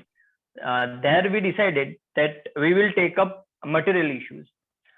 अगर आम्बेडकर की बात करें तो आम्बेडकर ने जो cast वाली thesis लिखी, तो उसमें उन्होंने बताया है कि कास्ट कैसे इवॉल्व हुई, कास्ट बनने के क्या रीजंस थे, क्यों अभी, और उसको अभी के कॉन्टेक्स्ट में देखे तो जयेश भाई, जिग्नेश भाई और उन सभी साथियों के साथ में हम लोग चर्चा करते थे कि एग्जैक्ट प्रॉब्लम क्या हो रहा है और क्या होना चाहिए. So there we find that we are not talking about any material issues, be it education, be it employment, be it generation of income sources. So we will lack of opportunity and resources. So at that time we think that we should. So here Ambedkar comes that in 1953, one man went to Ambedkar, and Ambedkar told him that I could not do as much as I did for urban Dalits, and I could not do more thing for villagers. So at that time we found that गांव के अंदर जब दलितों के ऊपर generally अत्याचार क्यों होते हैं गांव के अंदर स्पेशली, क्योंकि उनका लाइवलीहुड का इशू जो है वो पूरा का पूरा डिपेंडेंट है सो कॉल्ड अपर कास्ट के ऊपर. सो इसलिए गुजरात के अंदर एक पॉलिसी है लैंड अलॉटमेंट की. उसमें ये पॉलिसी ये तय करती है कि गुजरात के अंदर जो भी वेस्ट लैंड है या फिर एग्रीकल्चर सीलिंग एक्ट जो है, एग्रीकल्चर लैंड सीलिंग एक्ट, उसमें जो भी लैंड एक्वायर की गई है, so that will be distributed to Dalit, Adivasis and all landless people. So इसलिए हमने डिसाइड किया कि if this land will be distributed to the marginalized community, especially Dalits, and in Dalits, especially in women, so there will be less dependency on upper caste dominant people. Because होता ये है कि जब भी गांव में लोग वहां दिहाड़ी के लिए जाते हैं, मजदूरी करने के लिए जाते हैं, तो वो उनके ऊपर डिपेंडेंट होने की वजह से वो जो अपना राइट है वो मांग नहीं सकते, या फिर उनके ऊपर जो भी एट्रोसिटीज होती है तो उनको वो सब सहन करना पड़ता है. तो हमने ये डिसाइड किया कि we will fight for this. तो आम्बेडकर ने जैसे कहा था कि गांव के लोगों के लिए मैं कुछ नहीं कर पाया और सभी जो भी जमीनें हैं उसका नेशनलाइजेशन होना चाहिए और उसका डिस्ट्रीब्यूशन होना चाहिए. तो we started working on that and we led up the movement for land rights, and in entire Gujarat we are happy to say that कि हमने जो भी मूवमेंट किए उसकी वजह से अब तक हमने तकरीबन 10,000 एकड़ से भी ज्यादा जमीनों का आवंटन सरकार के सामने आंदोलन करके करवाया है। और हमने एक राष्ट्रीय दलित अधिकार मंच में हमने सभी ने मिलके ये डिसाइड किया है कि 14 अप्रैल को हम सिर्फ जय भीम बोल के या फिर सिर्फ एक उत्सव के तौर पे सेलिब्रेट नहीं करेंगे। इसीलिए हमने इस बार का जो 14 अप्रैल है उसके पहले के 14 अप्रैल जो भी गए उसमें हमने ये डिसाइड किया था कि हम गवर्नमेंट के सामने कुछ डिमांड रखेंगे और कुछ एजिटेशन करेंगे हमारे जो भी पेंडिंग डिमांड है उसको लेकर। तो उसमें भी हमने लैंड राइट्स का इश्यू रेज अप किया था और इस बार भी हमने 14 अप्रैल 14 इश्यूज ऐसे करके एक टैग लाइन करके इस बार का 14 अप्रैल सेलिब्रेट करने का प्लान किया है, जिसमें गुजरात में हमने ये बताया है कि गुजराती में उसका ये हम बोलते हैं कि प्रसंग उत्सव नो समय संघर्ष नो, दैट मीन्स कि occasion is for celebration but the time is for struggle. So हमने 14 इश्यूज आइडेंटिफाई किए जिसके ऊपर हम लोग काम करने वाले हैं और काम एक्चुअली कर भी रहे हैं। गुजरात में अगर आपने देखा हो और सुना हो या फिर कहीं पढ़ा हो तो गुजरात में आम्बेडकर डॉक्टर BR आम्बेडकर जिन्होंने कहा कि be educated, be organise, be agitated, but अभी गुजरात के अंदर परिस्थिति ये है कि 700 schools are running with only one teacher. So you can imagine that how, and those who are from marginalized community, especially from Dalit community, जो उनके बच्चे हैं वही सरकारी स्कूलों में पढ़ते हैं। बट गुजरात की सरकार ने अभी प्राइवेटाइजेशन इतना ज्यादा बढ़ा दिया है कि सरकारी स्कूलें बंद कर रहे हैं और उसमें टीचर्स नहीं है। इसलिए हम लोग इस इशू के ऊपर भी काम कर रहे हैं, क्योंकि और जहां तक कि मोबिलाइजेशन की बात है तो डॉक्टर BR आम्बेडकर ने जो शिक्षित बनो, संगठित बनो, संघर्ष करो का सूत्र दिया है, तो that is very helpful for us, क्योंकि लोग अभी समझ भी रहे हैं। क्योंकि होता यह है कि ज्यादातर दलित समाज के बच्चे ही गवर्नमेंट स्कूलों में पढ़ते हैं, और अगर गवर्नमेंट स्कूलें ही नहीं रहेगी या फिर उसमें टीचर ही नहीं रहेंगे तो एक पूरा शोषण का एक साइकिल होता है। अभी गवर्नमेंट ऑफ गुजरात ने ये डिसाइड किया था कि 8th स्टैंडर्ड तक किसी भी बच्चे को फेल नहीं करेंगे। सो उसका इम्प्लीकेशन ये है कि 8th स्टैंडर्ड तक आपके बच्चे को अगर कुछ भी पढ़ना आता हो या ना आता हो, या अगर वो कुछ भी करे, उसको वो फेल नहीं करेंगे। तो फिर होता ये था कि जब वो बच्चा 8th से 9th स्टैंडर्ड में आता है तो वो जो कभी फेल नहीं हुआ है और उसकी क्या प्रोग्रेस एक्चुअली जो 8th स्टैंडर्ड तक होनी चाहिए वो नहीं हुई है, इसलिए वो 9th स्टैंडर्ड में जो स्टडी आती है वो डाइजेस्ट नहीं कर पाता है और फिर ड्रॉप आउट का रेशियो बढ़ जाता है। So we are also working on that. Doctor BR Ambedkar ने महाड़ में जो सत्याग्रह किया पानी के लिए, तो अभी मैंने कुछ दिनों पहले एक पोस्ट रखी थी फेसबुक में कि गुजरात में ऐसे कितने गांव हैं जिसमें अभी तक पीने के पानी के इश्यूज को लेकर समस्याएं है और उसमें भी कास्टिज्म होता है, डिस्क्रिमिनेशन होता है। So you will be shock to know that कि अभी भी 50 से ज्यादा ऐसे विलेजेस है जिसमें डिस्क्रिमिनेशन पीने के पानी को लेकर होता है। So this is the state of affairs in Gujarat. और हम लोग RDM के माध्यम से ये भी कर रहे हैं कि जैसे डॉक्टर BR आम्बेडकर ने कहा था कि cultivation of mind should be the ultimate aim of human being, तो हमने अपनी जो स्ट्रगल है वो सिर्फ जय भीम के दायरे में सीमित ना करते हुए मटेरियल इश्यूज भी हम रेज कर रहे हैं, और हम आइडियोलॉजिकल डिस्कशन हो इसके लिए every Sunday once in a month एक आइडियोलॉजिकल डिबेट का भी ऑर्गेनाइजेशन कर रहे हैं। दूसरी चीजें के बारे में बात करें तो मेरा एक्सपीरियंस ये रहा है कि लेबर मूवमेंट में स्पेशली गुजरात के अंदर हमारे अभी के प्राइम मिनिस्टर ने 2006 में एक पॉलिसी इंपोज की थी, फिक्स पे पॉलिसी। उसके अंदर ये होता है कि 5 साल के अंदर एम्प्लॉइज को एक फिक्स सैलरी के अंदर रखा जाता है, जिसमें उसको एम्प्लॉइज के तौर पे कोई बेनिफिट नहीं मिलते। 5 साल का प्रोबेशन पीरियड होता है, उसके बाद वो सब बेनिफिट मिलने स्टार्ट होते हैं। तो that was not the movement limited to only Dalit. उसमें जिस तरीके से डॉक्टर बी आर आम्बेडकर के प्रिंसिपल थे कि एक्सप्लोटेशन नहीं होना चाहिए, राइट टू इक्वालिटी होना चाहिए, equal pay for equal work होना चाहिए, तो doctor B R Ambedkar has help not only me but the entire movement in that context also। तो इस तरीके से डॉक्टर बी आर आम्बेडकर खास तौर पे is at the rescue of various movements। और चैलेंजेस की अगर बात करें तो चैलेंजेस ये हुई है कि अभी सोशल मीडिया के दौर में लोग पीपल आर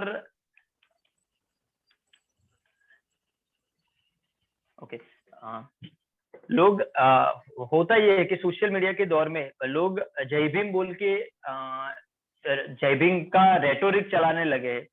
तो उससे हुआ ये है कि जो मटेरियल इश्यूज है और बी आर आम्बेडकर ने जो प्रिंसिपल्स दिए थे कि how we can achieve egalitarian society, and he specifically emphasise that social solidarity among the Indians could never be secured unless equal access to income, capital, assets, and economic opportunities.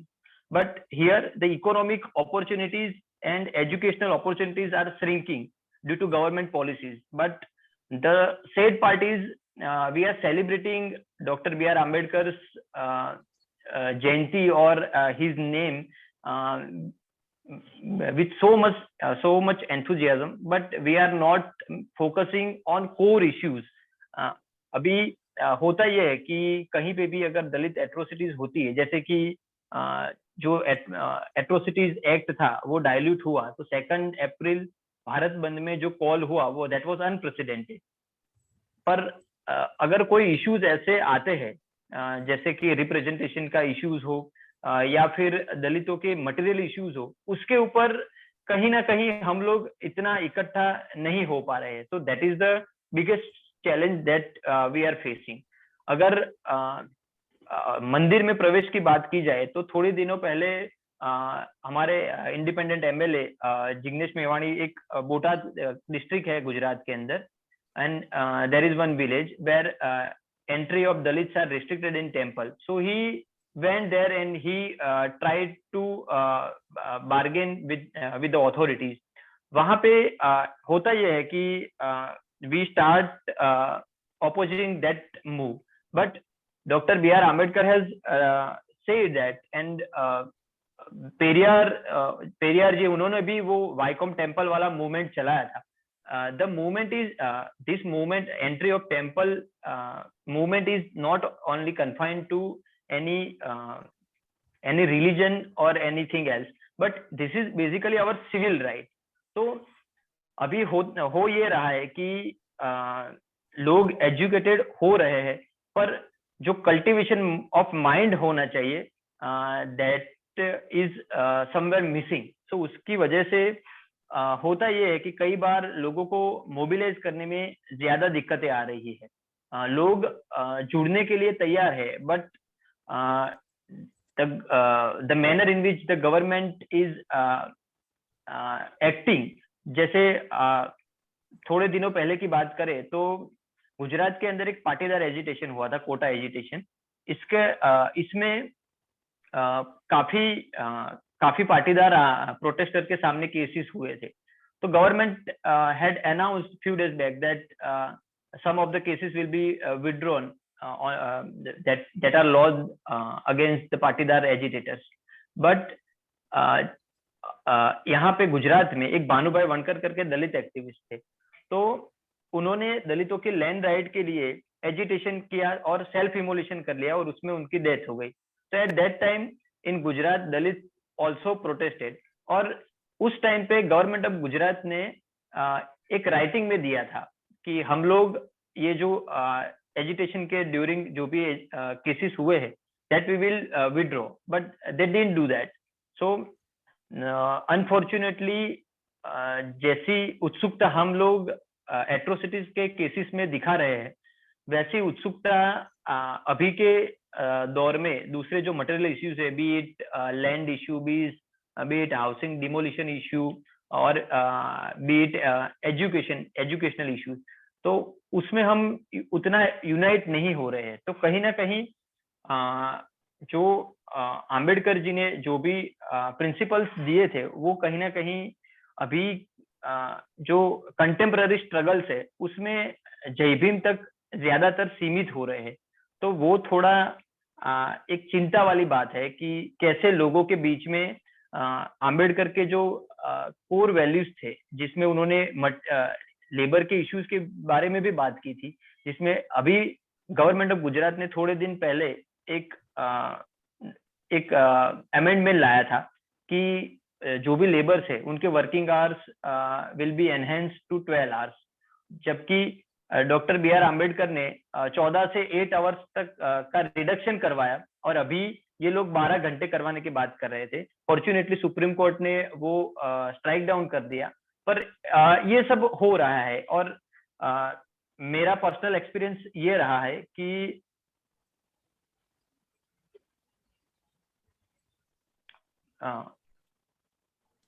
नहीं सुबोध, आप आपकी बात पूरा कर दीजिए, ये सेकंड राउंड में question ले सकते। Okay.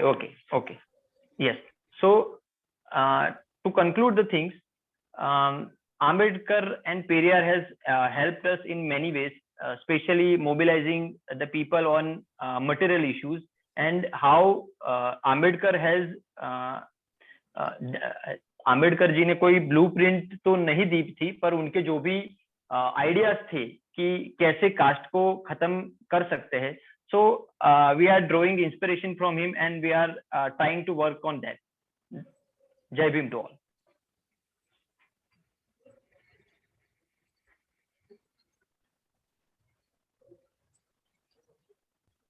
Hello. Hello, hi Meera. Would it be possible for you to just in a succinct manner translate what Subodh has said? I think he actually did a very good job of Hindi and Okay, fine. So then we'll skip it for this round then. Okay, great. He presented in both languages, so it was yeah, all right, okay, fine. So Subodh, thank you for your very profound insights, covering an entire spectrum of critical issues, from education, access to education, land rights, privatization to labor rights. I think very important to note here that Dalit and Adivasis continue to struggle for land rights. I think in the implementation of land reforms, their legitimate claim as traditional tillers of the land was never recognized. And if you actually look at it, land alienation is the root cause of caste violence in India. And also very important to center stage your point of how the mainstream and the current dispensation has been appropriating Babasaheb Ambedkar. The rhetoric around Babasaheb is really at its peak. So thank you for grounding these issues. Our salams and solidarity to you, Subodh. Really more power to you. We're really glad to have you on board. Yeah. So what we'll do now is take a round of questions from the audience. So I see that we have a question from Kishore. Kishore, would you like to unmute yourself and pose the question?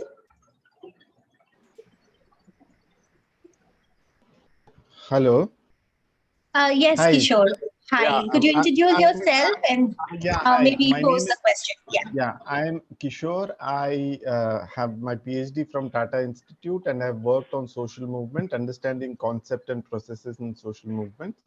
And I'm very interested in learning from youth activists in India. So that's one of the reasons, my main reasons that I come here, because I get to learn so much. So the first question that I have written down, and I had a small question for Subodh also later on, was the question of understanding. Actually, I've written it down of how Ambedkar kind of uses the idea of heteronormative reproductivity. Heteronormative reproductivity at the center of creating caste divisions. I mean, there was a first talk was on gender and on caste.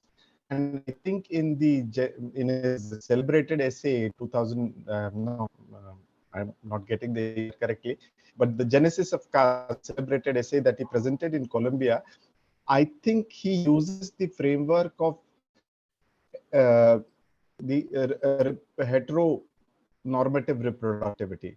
So I would want people to, to talk about it, and how do you understand and how do we kind of respond to the idea of heteronormativity was one question. And to Subodh, I was saying it's wonderful work that you guys are doing. I've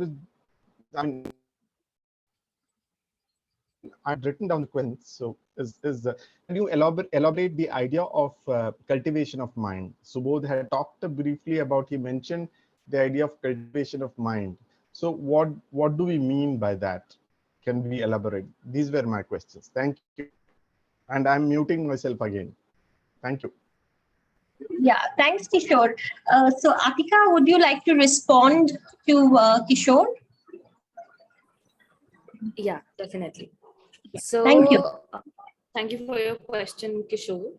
I have myself been thinking about these binaries, and especially because a lot of recent contemporary work on Ambedkarite cultural, social, political theories have been happening in the realm of the non-normative, which could also include queer, which is, I think, non-heteronormative, and also like the non-theoretical but the emerging descent of other oppressed genders, if we take them into account, that's coming to us from field protests, which have only been on a rise in India post 2013. But I guess if I put my own impetus into this, I would look at it from two lenses. One could be prescriptive, and the other could be resistive. So prescriptive would mean what have come to us via texts and via this textual fidelity that operates in the Ambedkarite paradigm, wherein we are told that interdining is a must, intercaste is a must, and these are the norms that could like sort of enable you to come out of the oppression of it, if not the complete annihilation of it. But also resistive domains where not just linear binary approaches work, but also sort of understanding it in a larger, broad international context of how to see reproduction through neoliberalism, and how to then, devise ways to escape the caste full actions of our life. I think that has taken a lot of space in the recent works that have emerged from scholars abroad, uh, especially women scholars, because say one recent example of this could be the work that's been happening in the space of trauma and emotional labor. And is caste just the material, or is it also psychological and non-material in its operation? That could be one resistive way of looking at it. The other way could also lie in looking at the everyday, where I concluded, and what would the everyday entail for us. So this is maybe a very limited, a very naive, and a very emerging answer to how to break out of the gender, caste, and normativity framework. Then I also, if I recall it properly, please feel free to correct me if I don't. You also mentioned Spivak, and I think you mentioned her and the idea of the subaltern that she brings in, and then the proliferating work of the subaltern school by Guha and the others in the subcontinental area. One thing that I think is, especially when we talk about the Ambedkarite paradigm, is to not limit ourselves to the subaltern discourse or the subaltern school, because to sort of say if we were to work on emotional labor, would the framework cannot just be limited to subaltern school, right? It has to take into its dynamic new emerging concepts, such as, say for example, mediated intervention by technology and how that fuels oppression, say algorithms of abuse. And I guess subaltern is also, for me personally, I could also be wrong. It's not just a divided, hierarchized terrain. it's the criticism of it has really emerged well by the works of other scholars, where they have come back at Spivak and told her that this is not just about, an act of commission. This is also about omissions in a lot of ways. So where to then take it forward? And so yeah, these are my very preliminary responses to what you were saying, because I don't think the subaltern is just gendered. Gender itself is not a homogeneous monolith, just like caste. And I think Ambedkar would have arrived there if we would have seen more work of his, if we would have lived a little more. But yeah, I think we'll slowly arrive there if I've been able to do some justice to your question. Thank you.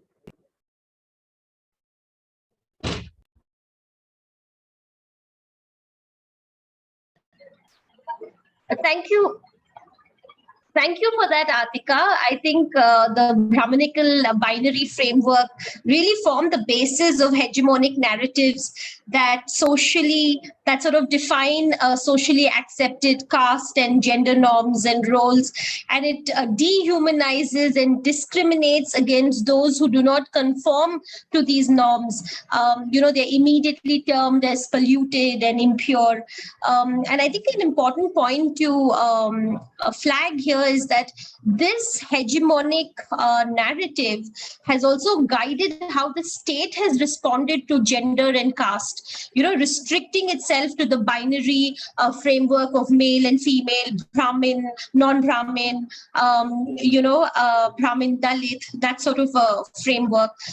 Therefore, until recently, for example, if you see, the state did not have any provisions for non-binary conforming communities in terms of protective laws, policies, and programs. That's sort of denying them their basic human rights and access to a host of government programs and interventions. So I think that aspect is also critical, that, this sort of discrimination does not happen in isolation, but it does have an impact on policies and programs as well. So yes.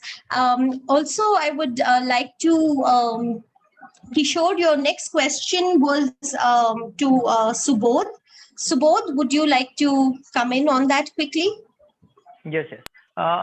Yes, you have asked that what is cultivation of mind. So for me, cultivation of mind is to look at the things from different perspectives, from different dimensions, not only what is seen from the front. So yes, cultivation of mind for me is to go into the deep and to have a critical idea about that thing, and that is what cultivation of mind for me.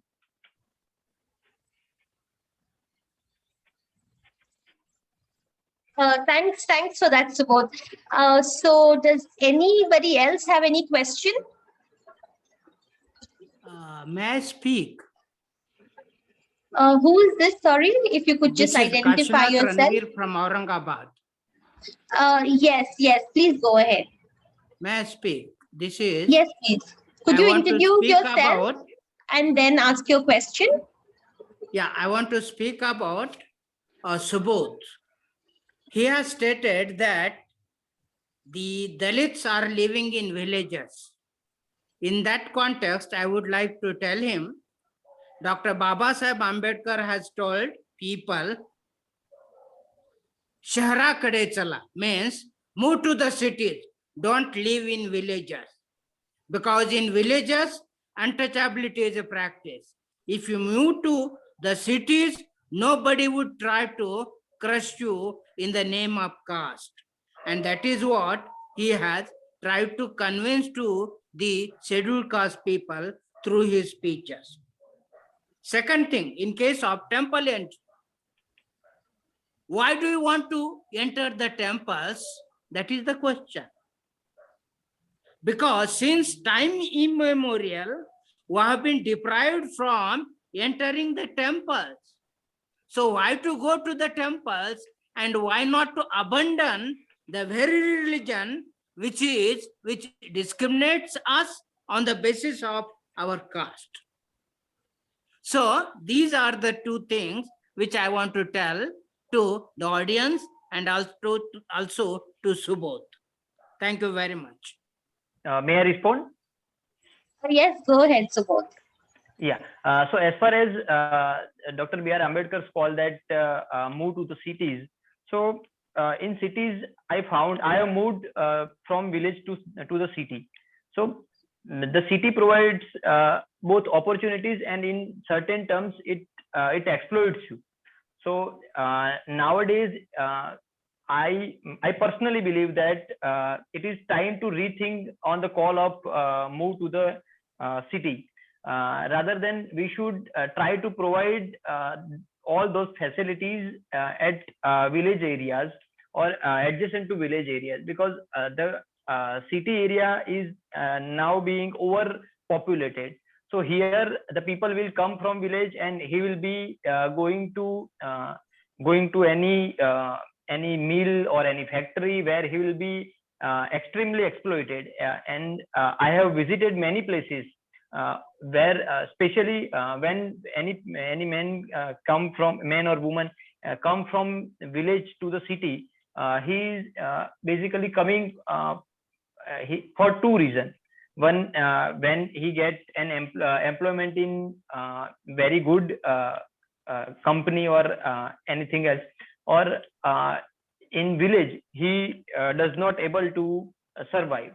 But when in the second case, when he come to the city, he is compelled to live in the chawls where basic facilities are not provided. So he has to fight for that basic facilities also. That's why we decided that the land should be allotted to Dalits in villages, so that they are not dependent on any upper caste people, or they should not have to go into the farm fields of that upper caste people. Second thing is, why are we going to the temples? So this is not me who want to go to the temple, but as we all know that the people are not that much radical that we are expecting. Your ideological training has taught you that now the time has come that we will not go to the temple. But this is not the case for the people who are living in the village.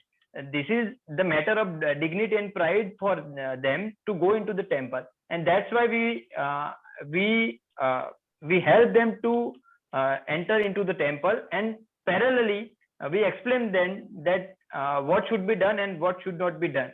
But to take them into confidence, we will have to stand by them, and we will surely stand by them, because this is their civil right. That's why we ensure their entry into the temples.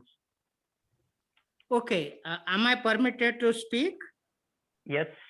Would you mind to permit me to speak?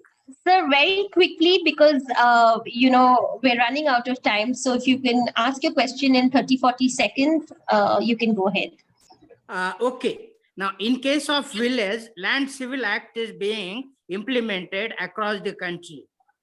And in case of the land which is available, extra land is being provided to the so-called Dalits. Now, how much land is being given to them? And though land is technically given or put in the name of an ex-untouchable, usually it is not given to him, but it is being cultivated by the landowner himself. So this is the fact. So even the Land Ceiling Act is not practiced in toto across the country or across the Indian subcontinent. That is the fact. Thank you so much. Sir, may we know which for that. sorry, just give me a second. Sir, may we know which organization you're a part of? You missed introducing yourself. I'm Kashnath Ranveer, and I'm from Aurangabad. I'm an activist. I have launched a temple Thank you, entry sir. satyagraha. So, yeah. I have launched temple entry satyagraha way back in 1977.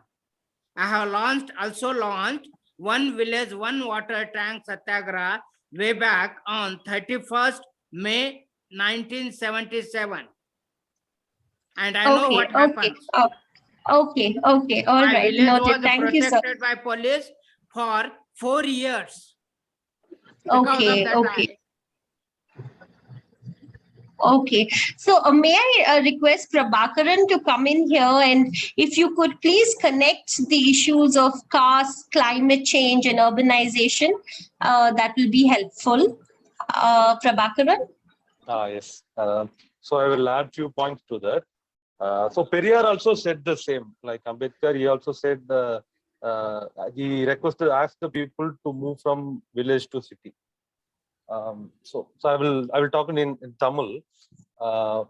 But if Periyar is alive now, he will not say the same. Periyar எடுத்துக்கிட்டீங்கன்னா பெரியார் வந்து அவருடைய பேச்சையே மறுத்து பேசின விஷயங்கள் வந்து நிறைய வரலாற்றுல இருக்கு. ஒரு தலைவர் வந்து தான் பேசிய கருத்தையே மறுத்து பேசினது அப்படின்றது பெரியார் கிட்ட நம்ம அதிகமா பார்க்கலாம். ஸோ ஒரு காலத்துல வந்து கள்ளுக்கடை மறியல் செஞ்ச பெரியார் தான் அதே நேரத்துல வந்து சோசியல் ட்ரிங்கிங்கை பத்தி நிறைய பேசியிருப்பாரு. ஸோ காங்கிரஸ்ல இருந்தப்ப ரொம்ப பேட்ரியாட்டிக்கா இருந்த பெரியார் தான் அடுத்தடுத்து அப்கிரேட் ஆனதுக்கு அப்புறம் காங்கிரஸ் ஒழிக்கிறதா என்னுடைய லட்சியம் அப்படின்னு பேசியிருப்பாரு. கம்யூனிசத்தை ரொம்ப பாராட்டின பெரியார் தான் இந்திய கம்யூனிசத்துல உள்ள பிரச்சனைகளை பத்தி இங்க சாதி அமைப்பா இருக்கிற அந்த இந்திய கம்யூனிஸ்ட் லீடர்களை வந்து அதிகமா வந்து சாடி இருப்பாரு. சிபிஎம் அப்படின்றது கம்யூனிஸ்ட் பார்ட்டி ஆஃப் மனுஸ்மிருதின்னு சொல்றது கூட நம்ம பார்த்திருக்கோம். அப்படி ஒரே பெரியார் அந்தந்த காலத்துக்கு பொருத்தி பார்க்கும் போது அவர் அப்கிரேட் ஆகிட்டே வந்திருக்காரு. அப்படிப்பட்ட பெரியார் வந்து இப்ப அலைவா இருந்திருந்தா நிச்சயமாக கிராமங்களுக்கு இருந்து நீங்க நகரத்துக்கு போங்க அப்படின்னு சொல்லியிருக்க மாட்டாரு. ஏன்னா நகரத்துல எவ்வளவு தூரம் வந்து விளிம்புநிலை மக்களுக்கு எதிராக வந்து விஷயங்கள் நடந்துட்டு இருக்குன்னு தெரியும். இப்போ ஒரு நகரம் வந்து ஒரு குவியலை நோக்கி போயிட்டு இருக்கு. அதாவது ஒரு ரிசோர்ஸ் வந்து ஒரு இடத்துல குவிக்கப்படுறத கண்டிப்பா பெரியார் வந்து இன்னைக்கு டேர்ம்ல வந்து எதிர்த்து இருப்பாரு. இப்ப அர்பனைசேஷன் விளைவாக பாத்தீங்கன்னா இப்ப சென்னையெல்லாம் எடுத்துக்கிட்டீங்கன்னா 1 கோடி பேர் வந்து 1 கோடி பேருக்கு மேல சென்னையில இருக்காங்க. அப்ப சென்னையில வந்து இன்னமும் வந்து லேண்ட் வந்து தேவைப்பட்டுட்டு இருக்கு, இன்னும் டெவலப் ஆயிட்டே இருக்கு. டெவலப்மெண்ட் நடக்க நடக்க சென்னையில விளிம்பு நிலை மக்கள், சாதாரண மக்கள், அவங்க வாழ்ற வாழ்க்கை தரம் வந்து ரொம்ப குறைஞ்சிக்கிட்டே இருக்கு. அவங்க வந்து நல்ல தண்ணி அவங்களுக்கு கிடைக்கிறது இல்லை, நல்ல காத்து கிடைக்கிறது இல்லை, ரொம்ப மோசமான சூழல்ல வாழ்ந்துட்டு இருக்காங்க. நிறைய நோய் பரவுறதுக்கு காரணமா வந்து தலித் மக்களும் விளிம்பு நிலை மக்களும் தான் இருந்துட்டு இருக்காங்க. ஸோ இந்த மாதிரியான ஒரு விஷயங்கள் நடக்கும் போது கண்டிப்பா நகரங்களை நோக்கி வாங்கன்றதை விட்டுட்டு கிராமப்புறங்கள்ல சுபோத் சொன்ன மாதிரி கிராமப்புறங்களிலும் எல்லா வசதியும் வர வேண்டும், எல்லாருக்கும் எல்லாம் கிடைக்கணும்ன்றதுதான் அடிப்படை கொள்கையா இருக்கும் போது கண்டிப்பா கிராமப்புறங்கள்ல வந்து வளர்ச்சி வந்து வரணும். அது ஒரு டீசென்ட்ரலைஸ்டு வளர்ச்சியா இருக்கணும்ன்றதுதான் பெரியார் விரும்பியிருப்பாரு. ஒரு இடத்துல வளர்ந்தா அது எப்பவுமே வந்து வளர்ச்சி கிடையாது. அது வந்து உங்க உடம்புல தலை மட்டும் வளர்ந்துட்டே போச்சுன்னா அது வீக்கம், வளர்ச்சி இல்லை. அப்ப உடம்புல வந்து எல்லா பகுதியும் வளர்ந்தாதான் அது வளர்ச்சி.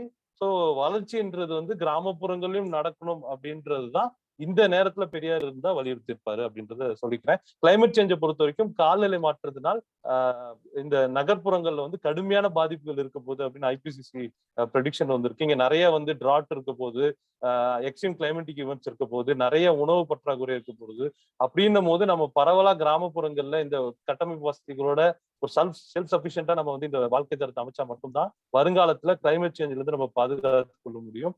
தலித் மக்களுக்காக நம்ம இவ்வளவு பேசும்போது காலநிலை மாற்றம் வரும்போது கண்டிப்பா வந்து தலித் சமூகம் அதிகமா பாதிக்கப்பட போறாங்க.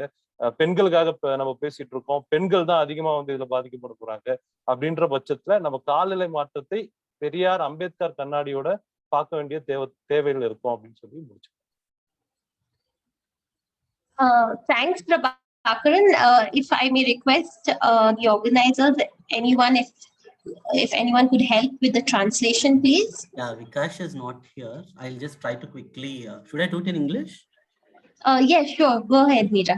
So basically, what Prabhakaran was saying in response to the previous question is also, of course, whether it is Babasaheb or Periyar, there was a context and time in which they said that the marginalized castes and should move towards the cities because villages then were cesspools of oppression and caste-based repression.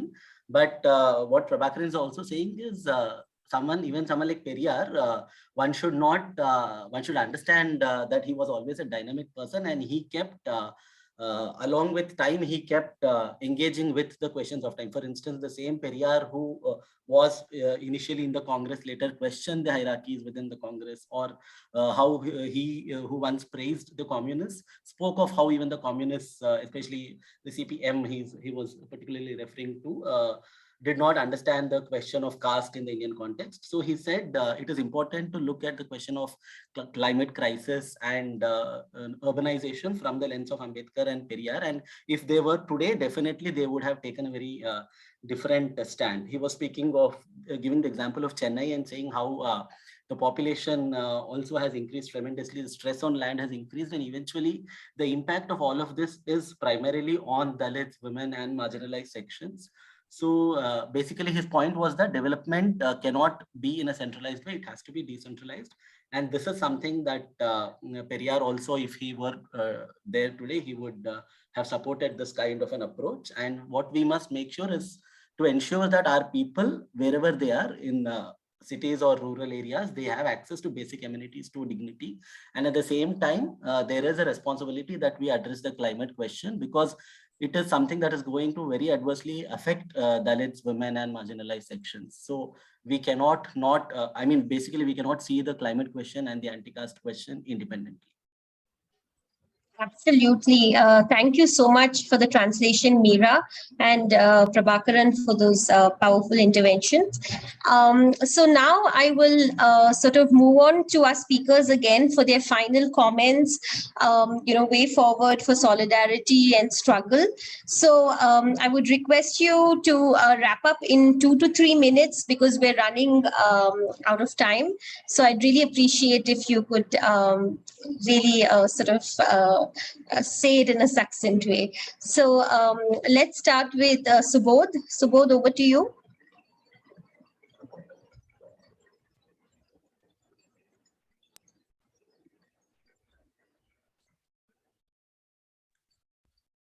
Subodh, you're muted. Hello. Yeah, yes, go ahead. Would you please repeat? I didn't get you. There was some interruption. Subodh, I said that in 2 to 3 minutes, if you could please share your final comments and if you could, sort of lay out the roadmap for solidarity and struggle.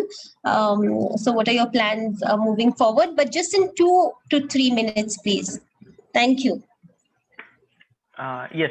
So taking the inspiration from Ambedkar and Periyar, I think in contemporary time, particularly in Gujarat, there are issues, be it in the field of education, employment, and ownership on the resources. So I think we should work on those issues with respect to Ambedkar's ideology and what Ambedkar has taught us with respect to all these things. And we should try to implement those Ambedkar ideas into various fields and try to dismantle the caste structure. Thank you.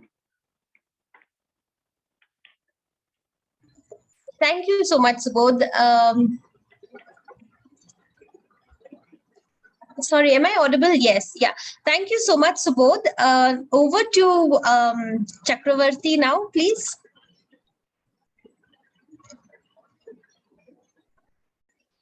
Chakravarthy? Hello.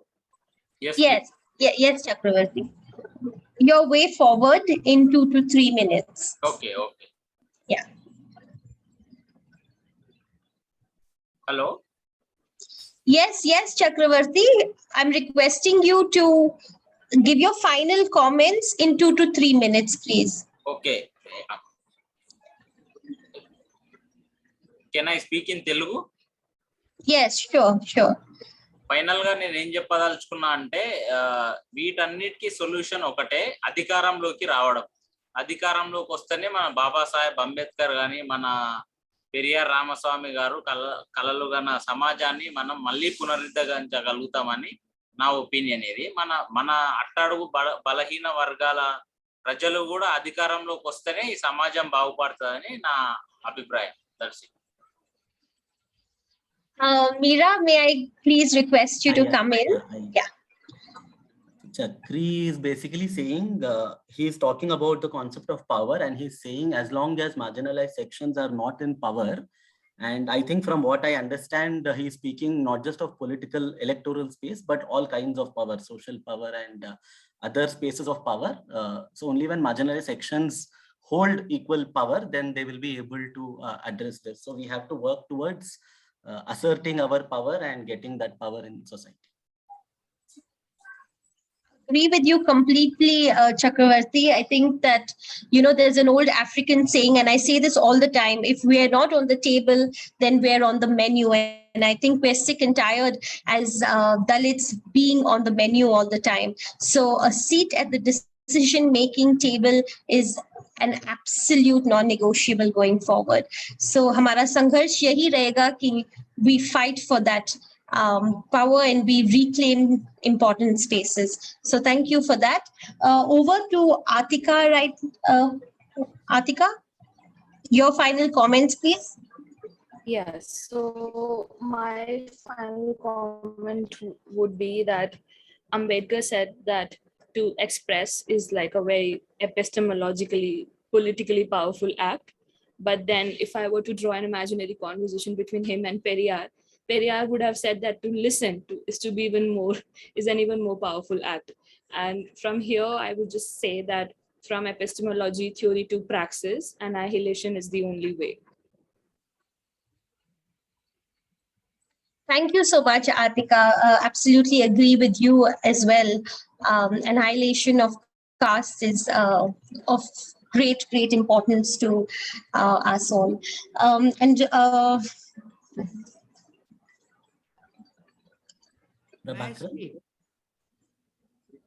May I speak for a moment?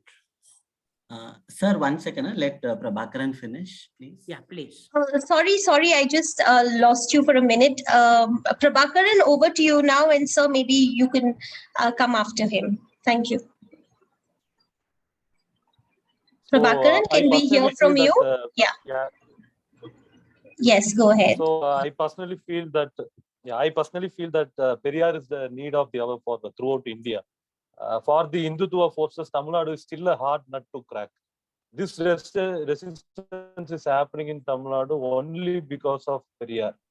When RSS was founded in 1925, in the same 1925, Periyar started a self-respect movement in Tamil Nadu. And Periyarism, it says that the history of Tamil Nadu is nothing but a fight between Dravidanism and Periyarism. So we are fighting against NEET. The Tamil Nadu is the only state that is against NEET exam. So this is possible only because of Periyar. We are against new education policy, against Hindi imposition, against BJP, RSS, and even the religious riots that cannot happen in Tamil Nadu. That will not happen. So Periyar is the reason behind this. So பெரியாரை புரிஞ்சுக்கிட்டா மட்டும்தான் நம்ம இந்த இந்திய சூழல்ல இப்ப இருக்க அந்த பாசிசத்தை வென்றெடுக்க முடியும் அப்படின்னு நான் நம்புறேன். இந்த சமூகத்துல பெரியாரையும் அவருடைய தாக்கத்தையும் இன்னும் புரிஞ்சுக்க முடியாம இந்துத்துவ சக்திகள் முழிச்சிட்டு இருக்காங்க. பெரியாரை புரிஞ்சுக்கணும்ன்றா அது ஒரு சாதாரண விஷயம் கிடையாது. பெரியாரை வச்சு அவருடைய நுணுக்கமா அவரை பார்த்தா மட்டும்தான் பெரியாரை நம்ம புரிஞ்சுக்க முடியும். கடவுள் இல்லைன்னு சொன்ன பெரியார் தான் கோயிலுக்குள்ள போகணும், எங்காலும் கோயிலுக்குள்ள போய் சாமி கும்பிடணும்னு சொல்லி பேசினார். பூஜை செய்யறவங்கலாம் அயோக்கியன்னு சொன்ன பெரியார் தான் தலித் சமூகத்துல இருந்து பூஜை செய்யணும், அனைத்து சாதியினரும் அர்ச்சகராகணும்னு சொல்லிட்டு போராடினாரு. சாதி இல்லைன்னு சொன்ன பெரியார் தான், சாதி ஒரு சாக்கடைன்னு சொன்ன பெரியார் தான் சாதி சங்க கூட்டங்கள்ல போயிட்டு பார்ப்பனியத்துக்கு எதிராக வகுப்புகள் எடுத்தாரு. அதே மாதிரி 1952 காங்கிரஸுக்கு எதிராக பிரச்சாரம் பண்ணாரு பெரியாரு. காங்கிரஸ் இந்த எலெக்ஷன்ல ஜெயிக்கவே கூடாதுன்னு பிரச்சாரம் பண்ணப்ப காங்கிரஸ் ஒரு இழுபறி நிலை வந்த போது காங்கிரஸா கம்யூனிஸ்ட் கட்சியா, ஆந்திராவை சேர்ந்த கம்யூனிஸ்ட் கட்சியா இல்ல தமிழ்நாட்டை சேர்ந்த ராஜாஜியான்னு ஒரு சாய்ஸ் வரும்போது தமிழ்நாட்டுல இருக்க ராஜாஜிக்கு அவருடைய ஆதரவு தெரிவிச்சு அந்த இடத்துல ராஜாஜியை முதலமைச்சராக்கினார். ஸோ பெரியாரை புரிஞ்சுக்கணும்னா இந்த ஒரு ஸ்டாண்ட், அவர் ஒவ்வொரு சிச்சுவேஷனுக்கு எப்படி ரியாக்ட் பண்ணுவாரு, அந்த ரியாக்ஷன்னால எப்படி சமூகத்துக்கான நன்மை இருக்கும் அப்படின்ற ஒரு பார்வையோட நம்ம பெரியாரை பார்த்தாதான் புரிஞ்சுக்க முடியும். அந்த பார்வை தமிழ்நாட்டுல இருக்கு. ஓரளவுக்கு இங்க உள்ள அரசியல் கட்சிகள் பெரியாரை பேசாம பெரியாரோட கொள்கையை பிரதிபலிக்காம இங்க அரசியல் செய்ய முடியாதுன்ற நிலைமை தமிழ்நாட்டுல இருக்கு. இந்த விஷயம்தான் வட இந்தியாவுக்கும் தேவை அப்படின்னு நினைக்கிறேன். அங்க வந்து பாபர் மசூதியை இடிக்கிறதையும் கண்டிச்சுட்டு அதே நேரத்துல ராமர் கோயில் கட்டுறதையும் ஆதரிக்கிறதுன்றது ஒரு அயோக்கியத்தனம். அப்படியான ஒரு அரசியல் அங்க இருக்கும்போது அது ஹார்ட்கோர் இந்துத்துவாவா சாஃப்ட் இந்துத்துவான்ற ஒரு சாய்ஸ் அங்க இருக்கும் போது நிச்சயமா இந்துத்துவ சக்திகள் தான் அங்க ஜெயிக்கும். அப்ப இந்துத்துவத்துக்கு எதிரான ஒரு ப்ரொக்ரெசிவான ஒரு ஃபோர்ஸ் வரணும் அப்படின்னா அது பெரியாரும் அம்பேத்கரையும் உள்ளடக்கியதா தான் இருக்க முடியும். இவ்வளவு தூரம் நான் பெரியார்னு பெரியார் அவ்வளவு பெருமையா சொல்லிட்டு இருந்த அந்த பெரியார் தன்னோட தலைவராக ஒரே ஒருவர் தான் ஏற்றுக்கொண்டாரு. அது வந்து அம்பேத்கரை மட்டும்தான். அம்பேத்கரை தான் தன்னுடைய தலைவர்னு பெரியார் சொன்னாரு. அம்பேத்கரும் பெரியாரும் ஒரு சேர ஒரு கொள்கையா நம்ம வந்து ஒரு எடுத்துட்டு போனா மட்டும்தான் இந்த பாசிசத்தை இந்தியாவுல வந்து நம்ம வீழ்த்த முடியும் அப்படின்றத சொல்லிக்கிறேன். நன்றி. Also, Prabhakaran, if you could just, in maybe a minute, if you can tell us how we can spread Periyar's ideology in the youth, in the Dalit youth movement today across the country, because, Periyar is largely sort of confined to Tamil Nadu and at the best, some parts of South India. So if you can take a minute to tell us. Yeah, thank you. So வட இந்தியாவுக்கு நான் நிறைய கூட்டங்களுக்கு போய் பேசும்போது அங்க நிறைய எல்லா சமூக தலைவர்களுடைய படங்களும் இருக்கும். நான் சமீபத்துல லக்னோ போனப்போ அந்த ஒரு கான்ஃபரன்ஸ்ல அம்பேத்கர் படம், பூலே, சாவித்ரிபாய், அயன்காளி முதற்கொண்டு எல்லாருடைய படங்களும் அங்க இருந்தது. ஆனா பெரியார் படம் மட்டும் அங்க இல்லை. எனக்கு ஒரு வருத்தம் இருந்தது, பெரியார் படம் ஏன் இல்லைன்றது ஒரு ஆதங்கமா ஒரு கோபமா அந்த மீட்டிங்ல நான் கேட்டேன். ஆனா உட்கார்ந்து யோசிக்கும் போதுதான் தெரிஞ்சது அது வந்து எங்களுடைய தவறு. நாங்க வந்து பெரியாரை வந்து அங்க எடுத்துட்டு போகாம விட்டது. ஆங்கிலத்திலையும் இந்தியிலையும் நாங்க வந்து பெரியாருடைய ரைட்டிங்ஸ் வந்து டிரான்ஸ்லேட் பண்ணி அங்க கொண்டு போக முட்டது எங்களுடைய தவறு அப்படின்றத நாங்க உணர்றோம். பெரியாருக்கு அந்த பார்வை இருந்தது. பெரியார் வந்து அந்த காலத்திலேயே, அதாவது 50s 60s பாத்தீங்கன்னா ஆங்கிலத்துல வந்து புக் மேகசின் ரன் பண்ணிட்டு இருந்தார். ஆங்கிலத்துல நியூஸ் பேப்பர் ரன் பண்ணிட்டு இருந்தார். ரிவால்ட்ன்ற இங்கிலீஷ் மேகசின் ரன் பண்ணிட்டு இருந்தாரு. அப்ப இந்தியாவுல ஆங்கிலம் தெரிஞ்சவங்களே ரொம்ப சொற்பமா தான் இருந்தாங்க. ஆனா வருங்காலத்துல இது ஒரு டாக்குமெண்டா இருக்கும், இதை வந்து கேம்பெயினுக்கு பயன்படுத்துவோன்ற ஒரு தொலைநோக்கு அவர்கிட்ட இருந்துச்சு. ஆனா பெரியாருக்கு பிற்பாடு வந்த அடுத்தடுத்த தலைமுறைக்கு வந்து பெரியாருடைய எழுத்துக்களை வந்து வட இந்தியாவுக்கு எடுத்துட்டு போகணும் அப்படின்ற ஒரு முனைப்பு வந்து இல்லாம போயிடுச்சு. சோ அதை வந்து நம்ம இப்ப திரும்பி எடுத்துட்டு வரணும். அதனால இந்தியிலையும் இங்கிலீஷ்லயும் பெரியாருடைய எழுத்துக்களை வந்து நம்ம எடுத்துட்டு போவதன் மூலியமாகவும் அங்க இருக்கிற பிரச்சனைகளுக்கு பெரியார் இப்ப எப்படி ரிலவெண்டா இருக்காரு அப்படின்றத கனெக்ட் பண்றது மூலியமாகவும் நிறைய நார்த் இந்தியன் அம்பேத்கர் மூவ்மெண்ட்ஸ்க்கும் இங்க உள்ள தமிழ்நாட்டுல இருக்க திராவிடன் மூவ்மெண்ட்ஸ் கனெக்ஷனே இல்லாம இருந்துட்டு இருக்கு. இப்ப தமிழ்நாட்டை எடுத்துக்கிட்டீங்கன்னா தமிழ்நாட்டுல இருக்க எல்லா அமைப்பு இயக்கங்களோட நாங்க தொடர்புல இருக்கோம். ஆனா தமிழ்நாட்டை தாண்டி வேற யாரோடையும் தொடர்பு இல்லாம இருந்துட்டு இருக்கு. ஸோ அந்த ஒரு கனெக்ஷன் பேரியர் வந்து மேபி அது பிகாஸ் ஆஃப் இந்தியா கூட இருக்கலாம். ஆனா வருங்காலங்கள்ல இளைய தலைமுறை இப்ப எங்களை மாதிரி யங்ஸ்டர்ஸ் வந்து இங்கிலீஷை கனெக்ட் பண்றது மூலயமா இப்ப ஜேஎன்யூல இருக்க ஸ்டூடெண்ட்ஸ்க்கும் எங்களுக்கும் ஒரு கனெக்ஷன் இருக்கு. எப்படி வந்து டெல்லி யூனிவர்சிட்டிக்கும் எங்களுக்கு கனெக்ஷன் இருக்கு. அந்த மாதிரி எல்லாருமே ஒரு கனெக்ஷனோட நம்ம வந்து இந்த நெக்ஸ்ட் ஜெனரேஷன் பெரியார் வந்து அடுத்த ஸ்டேட்ஸ் கொண்டு போறதை நம்ம ஒரு கடமையா நினைச்சு கொண்டு போனோம்னா நம்மளால வந்து இந்த போராட்டத்துல வெற்றி பெற முடியும். Thank you, Prabhakaran. Meera, if you could please quickly translate that for us, it will be helpful. Meera? Yeah, Prabhakaran was in response to your question, Priyanka, which is you asked him how Periyar can be popularized in other parts of the country as well. So Prabhakaran was responding and he was saying, yeah, it is true that for instance, he was reflecting on his recent visits to some places in some of the northern states, Lucknow and other places, where he said, I saw photos of everyone, including Ambedkar, Phule, even Ayankali, but somehow Periyar's photo was missing, or the discussion around Periyar was not adequate. But he also, in a moment of self-reflection, he says, maybe we've also been a bit more insulated and have not adequately worked towards popularizing Periyar, and that is something we actually should do, especially in our current generation. We see the extreme importance of how Periyar is so relevant, whether it is in challenging Brahminism, fighting fascism, etc. So, and he was saying Periyar himself had so much of foresight, because in the 60s, when English was still not so much of a popular language amongst a lot of sections, he brought out a magazine in English and he tried to build those connections. So basically, Prabhakaran says it is important, and right now we are making those attempts. We are reaching out to students in Delhi University, JNU, etc., etc. So we hope that we will have more consciousness around Periyar's holistic politics. And even in the previous point, he was basically saying Periyar is someone who both had a very sharp sense of politics and also was a very pragmatic person. So at every step, for instance, he was giving the example. He gave multiple examples, but just to quote one example, he said the same Periyar who was clearly against the concept of God was also someone who advocated on the plank of civil liberties of access to temple entry. So he said one needs to understand Periyar much more comprehensively. And he was saying a lot of parties in the northern states have very dicey politics. For instance, at one level, they will question the demolition of Babri Masjid, but at the same time, they are also welcoming of the building of the Ram temple. He said this kind of soft Hindutva approach will not work in defeating fascism. So one has to learn from Periyar going ahead if we have to build a strong movement against fascism. Oh, great. Thank you so much, Meera. And sir, if you can quickly come in and take about 30 seconds to pose your question, that will be helpful. This is not question.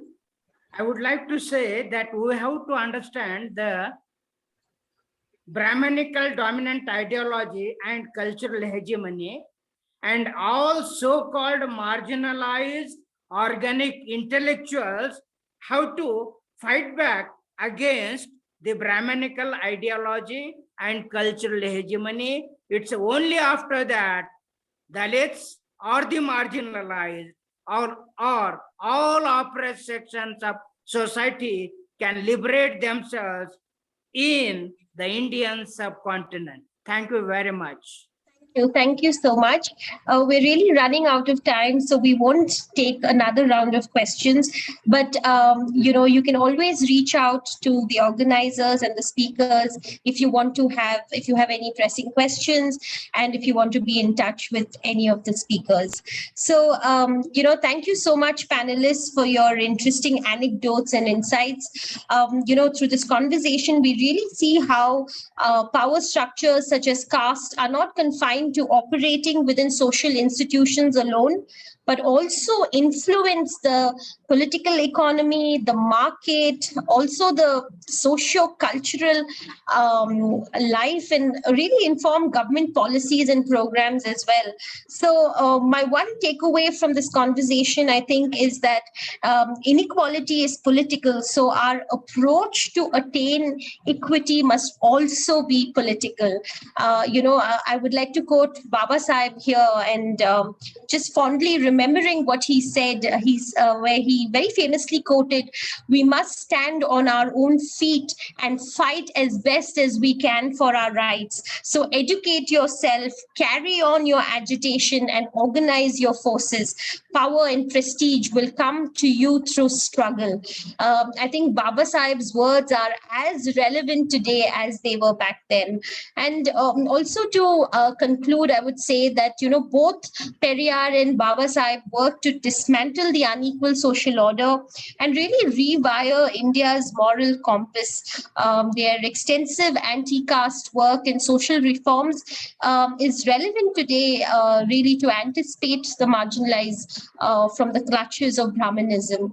And I think that a gathering like this is so helpful in sort of sharing our perspectives, our lived realities, also in some sense celebrate and affirm our identity.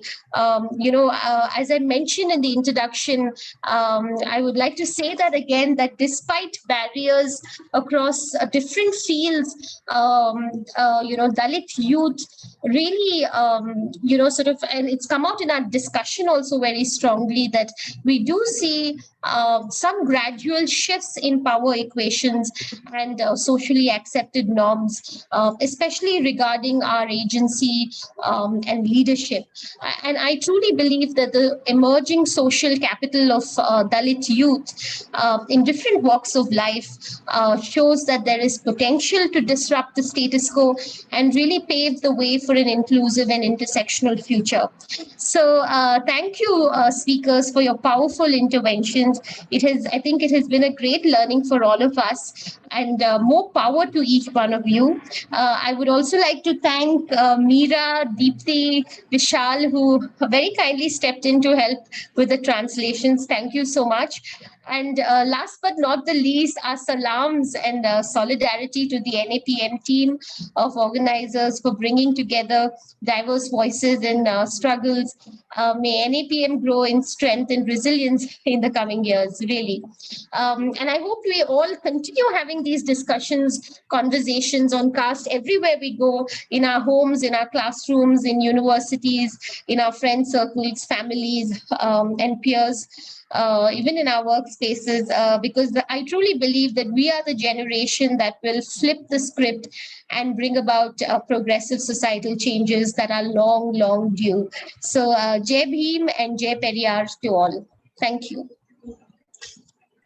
Thank you so much, Priyanka. Just a word of thanks also to you for agreeing to moderate and very powerfully moderating this session. तो बहुत-बहुत शुक्रिया प्रियंका को भी, और हमारे आज के जो सभी सहवक्ता है, सुबोध गुजरात से, चक्रवर्ती तेलंगाना से, आतिका दिल्ली से, और अपना साथी from Tamil Nadu, Poovulagin, Nanbargal, Prabhakaran. Thank you to all of you. It has been a very significant, both from a theoretical approach and also looking at praxis and very practical questions of struggle. It has been a very useful combination of these various approaches. तो बहुत-बहुत शुक्रिया. जय भीम, जय रमाई, जय सावित्री आप सभी को. अगले हफ्ते इसी 6 बजे दूसरे सत्र में इस श्रृंखला के तीसरे एपिसोड में मिलेंगे. और मैं एक शब्द सॉलिडारिटी के तौर पर यह भी कहना चाहती हूँ एनएपीएम की तरफ से, क्योंकि ये हाल ही का घटना है.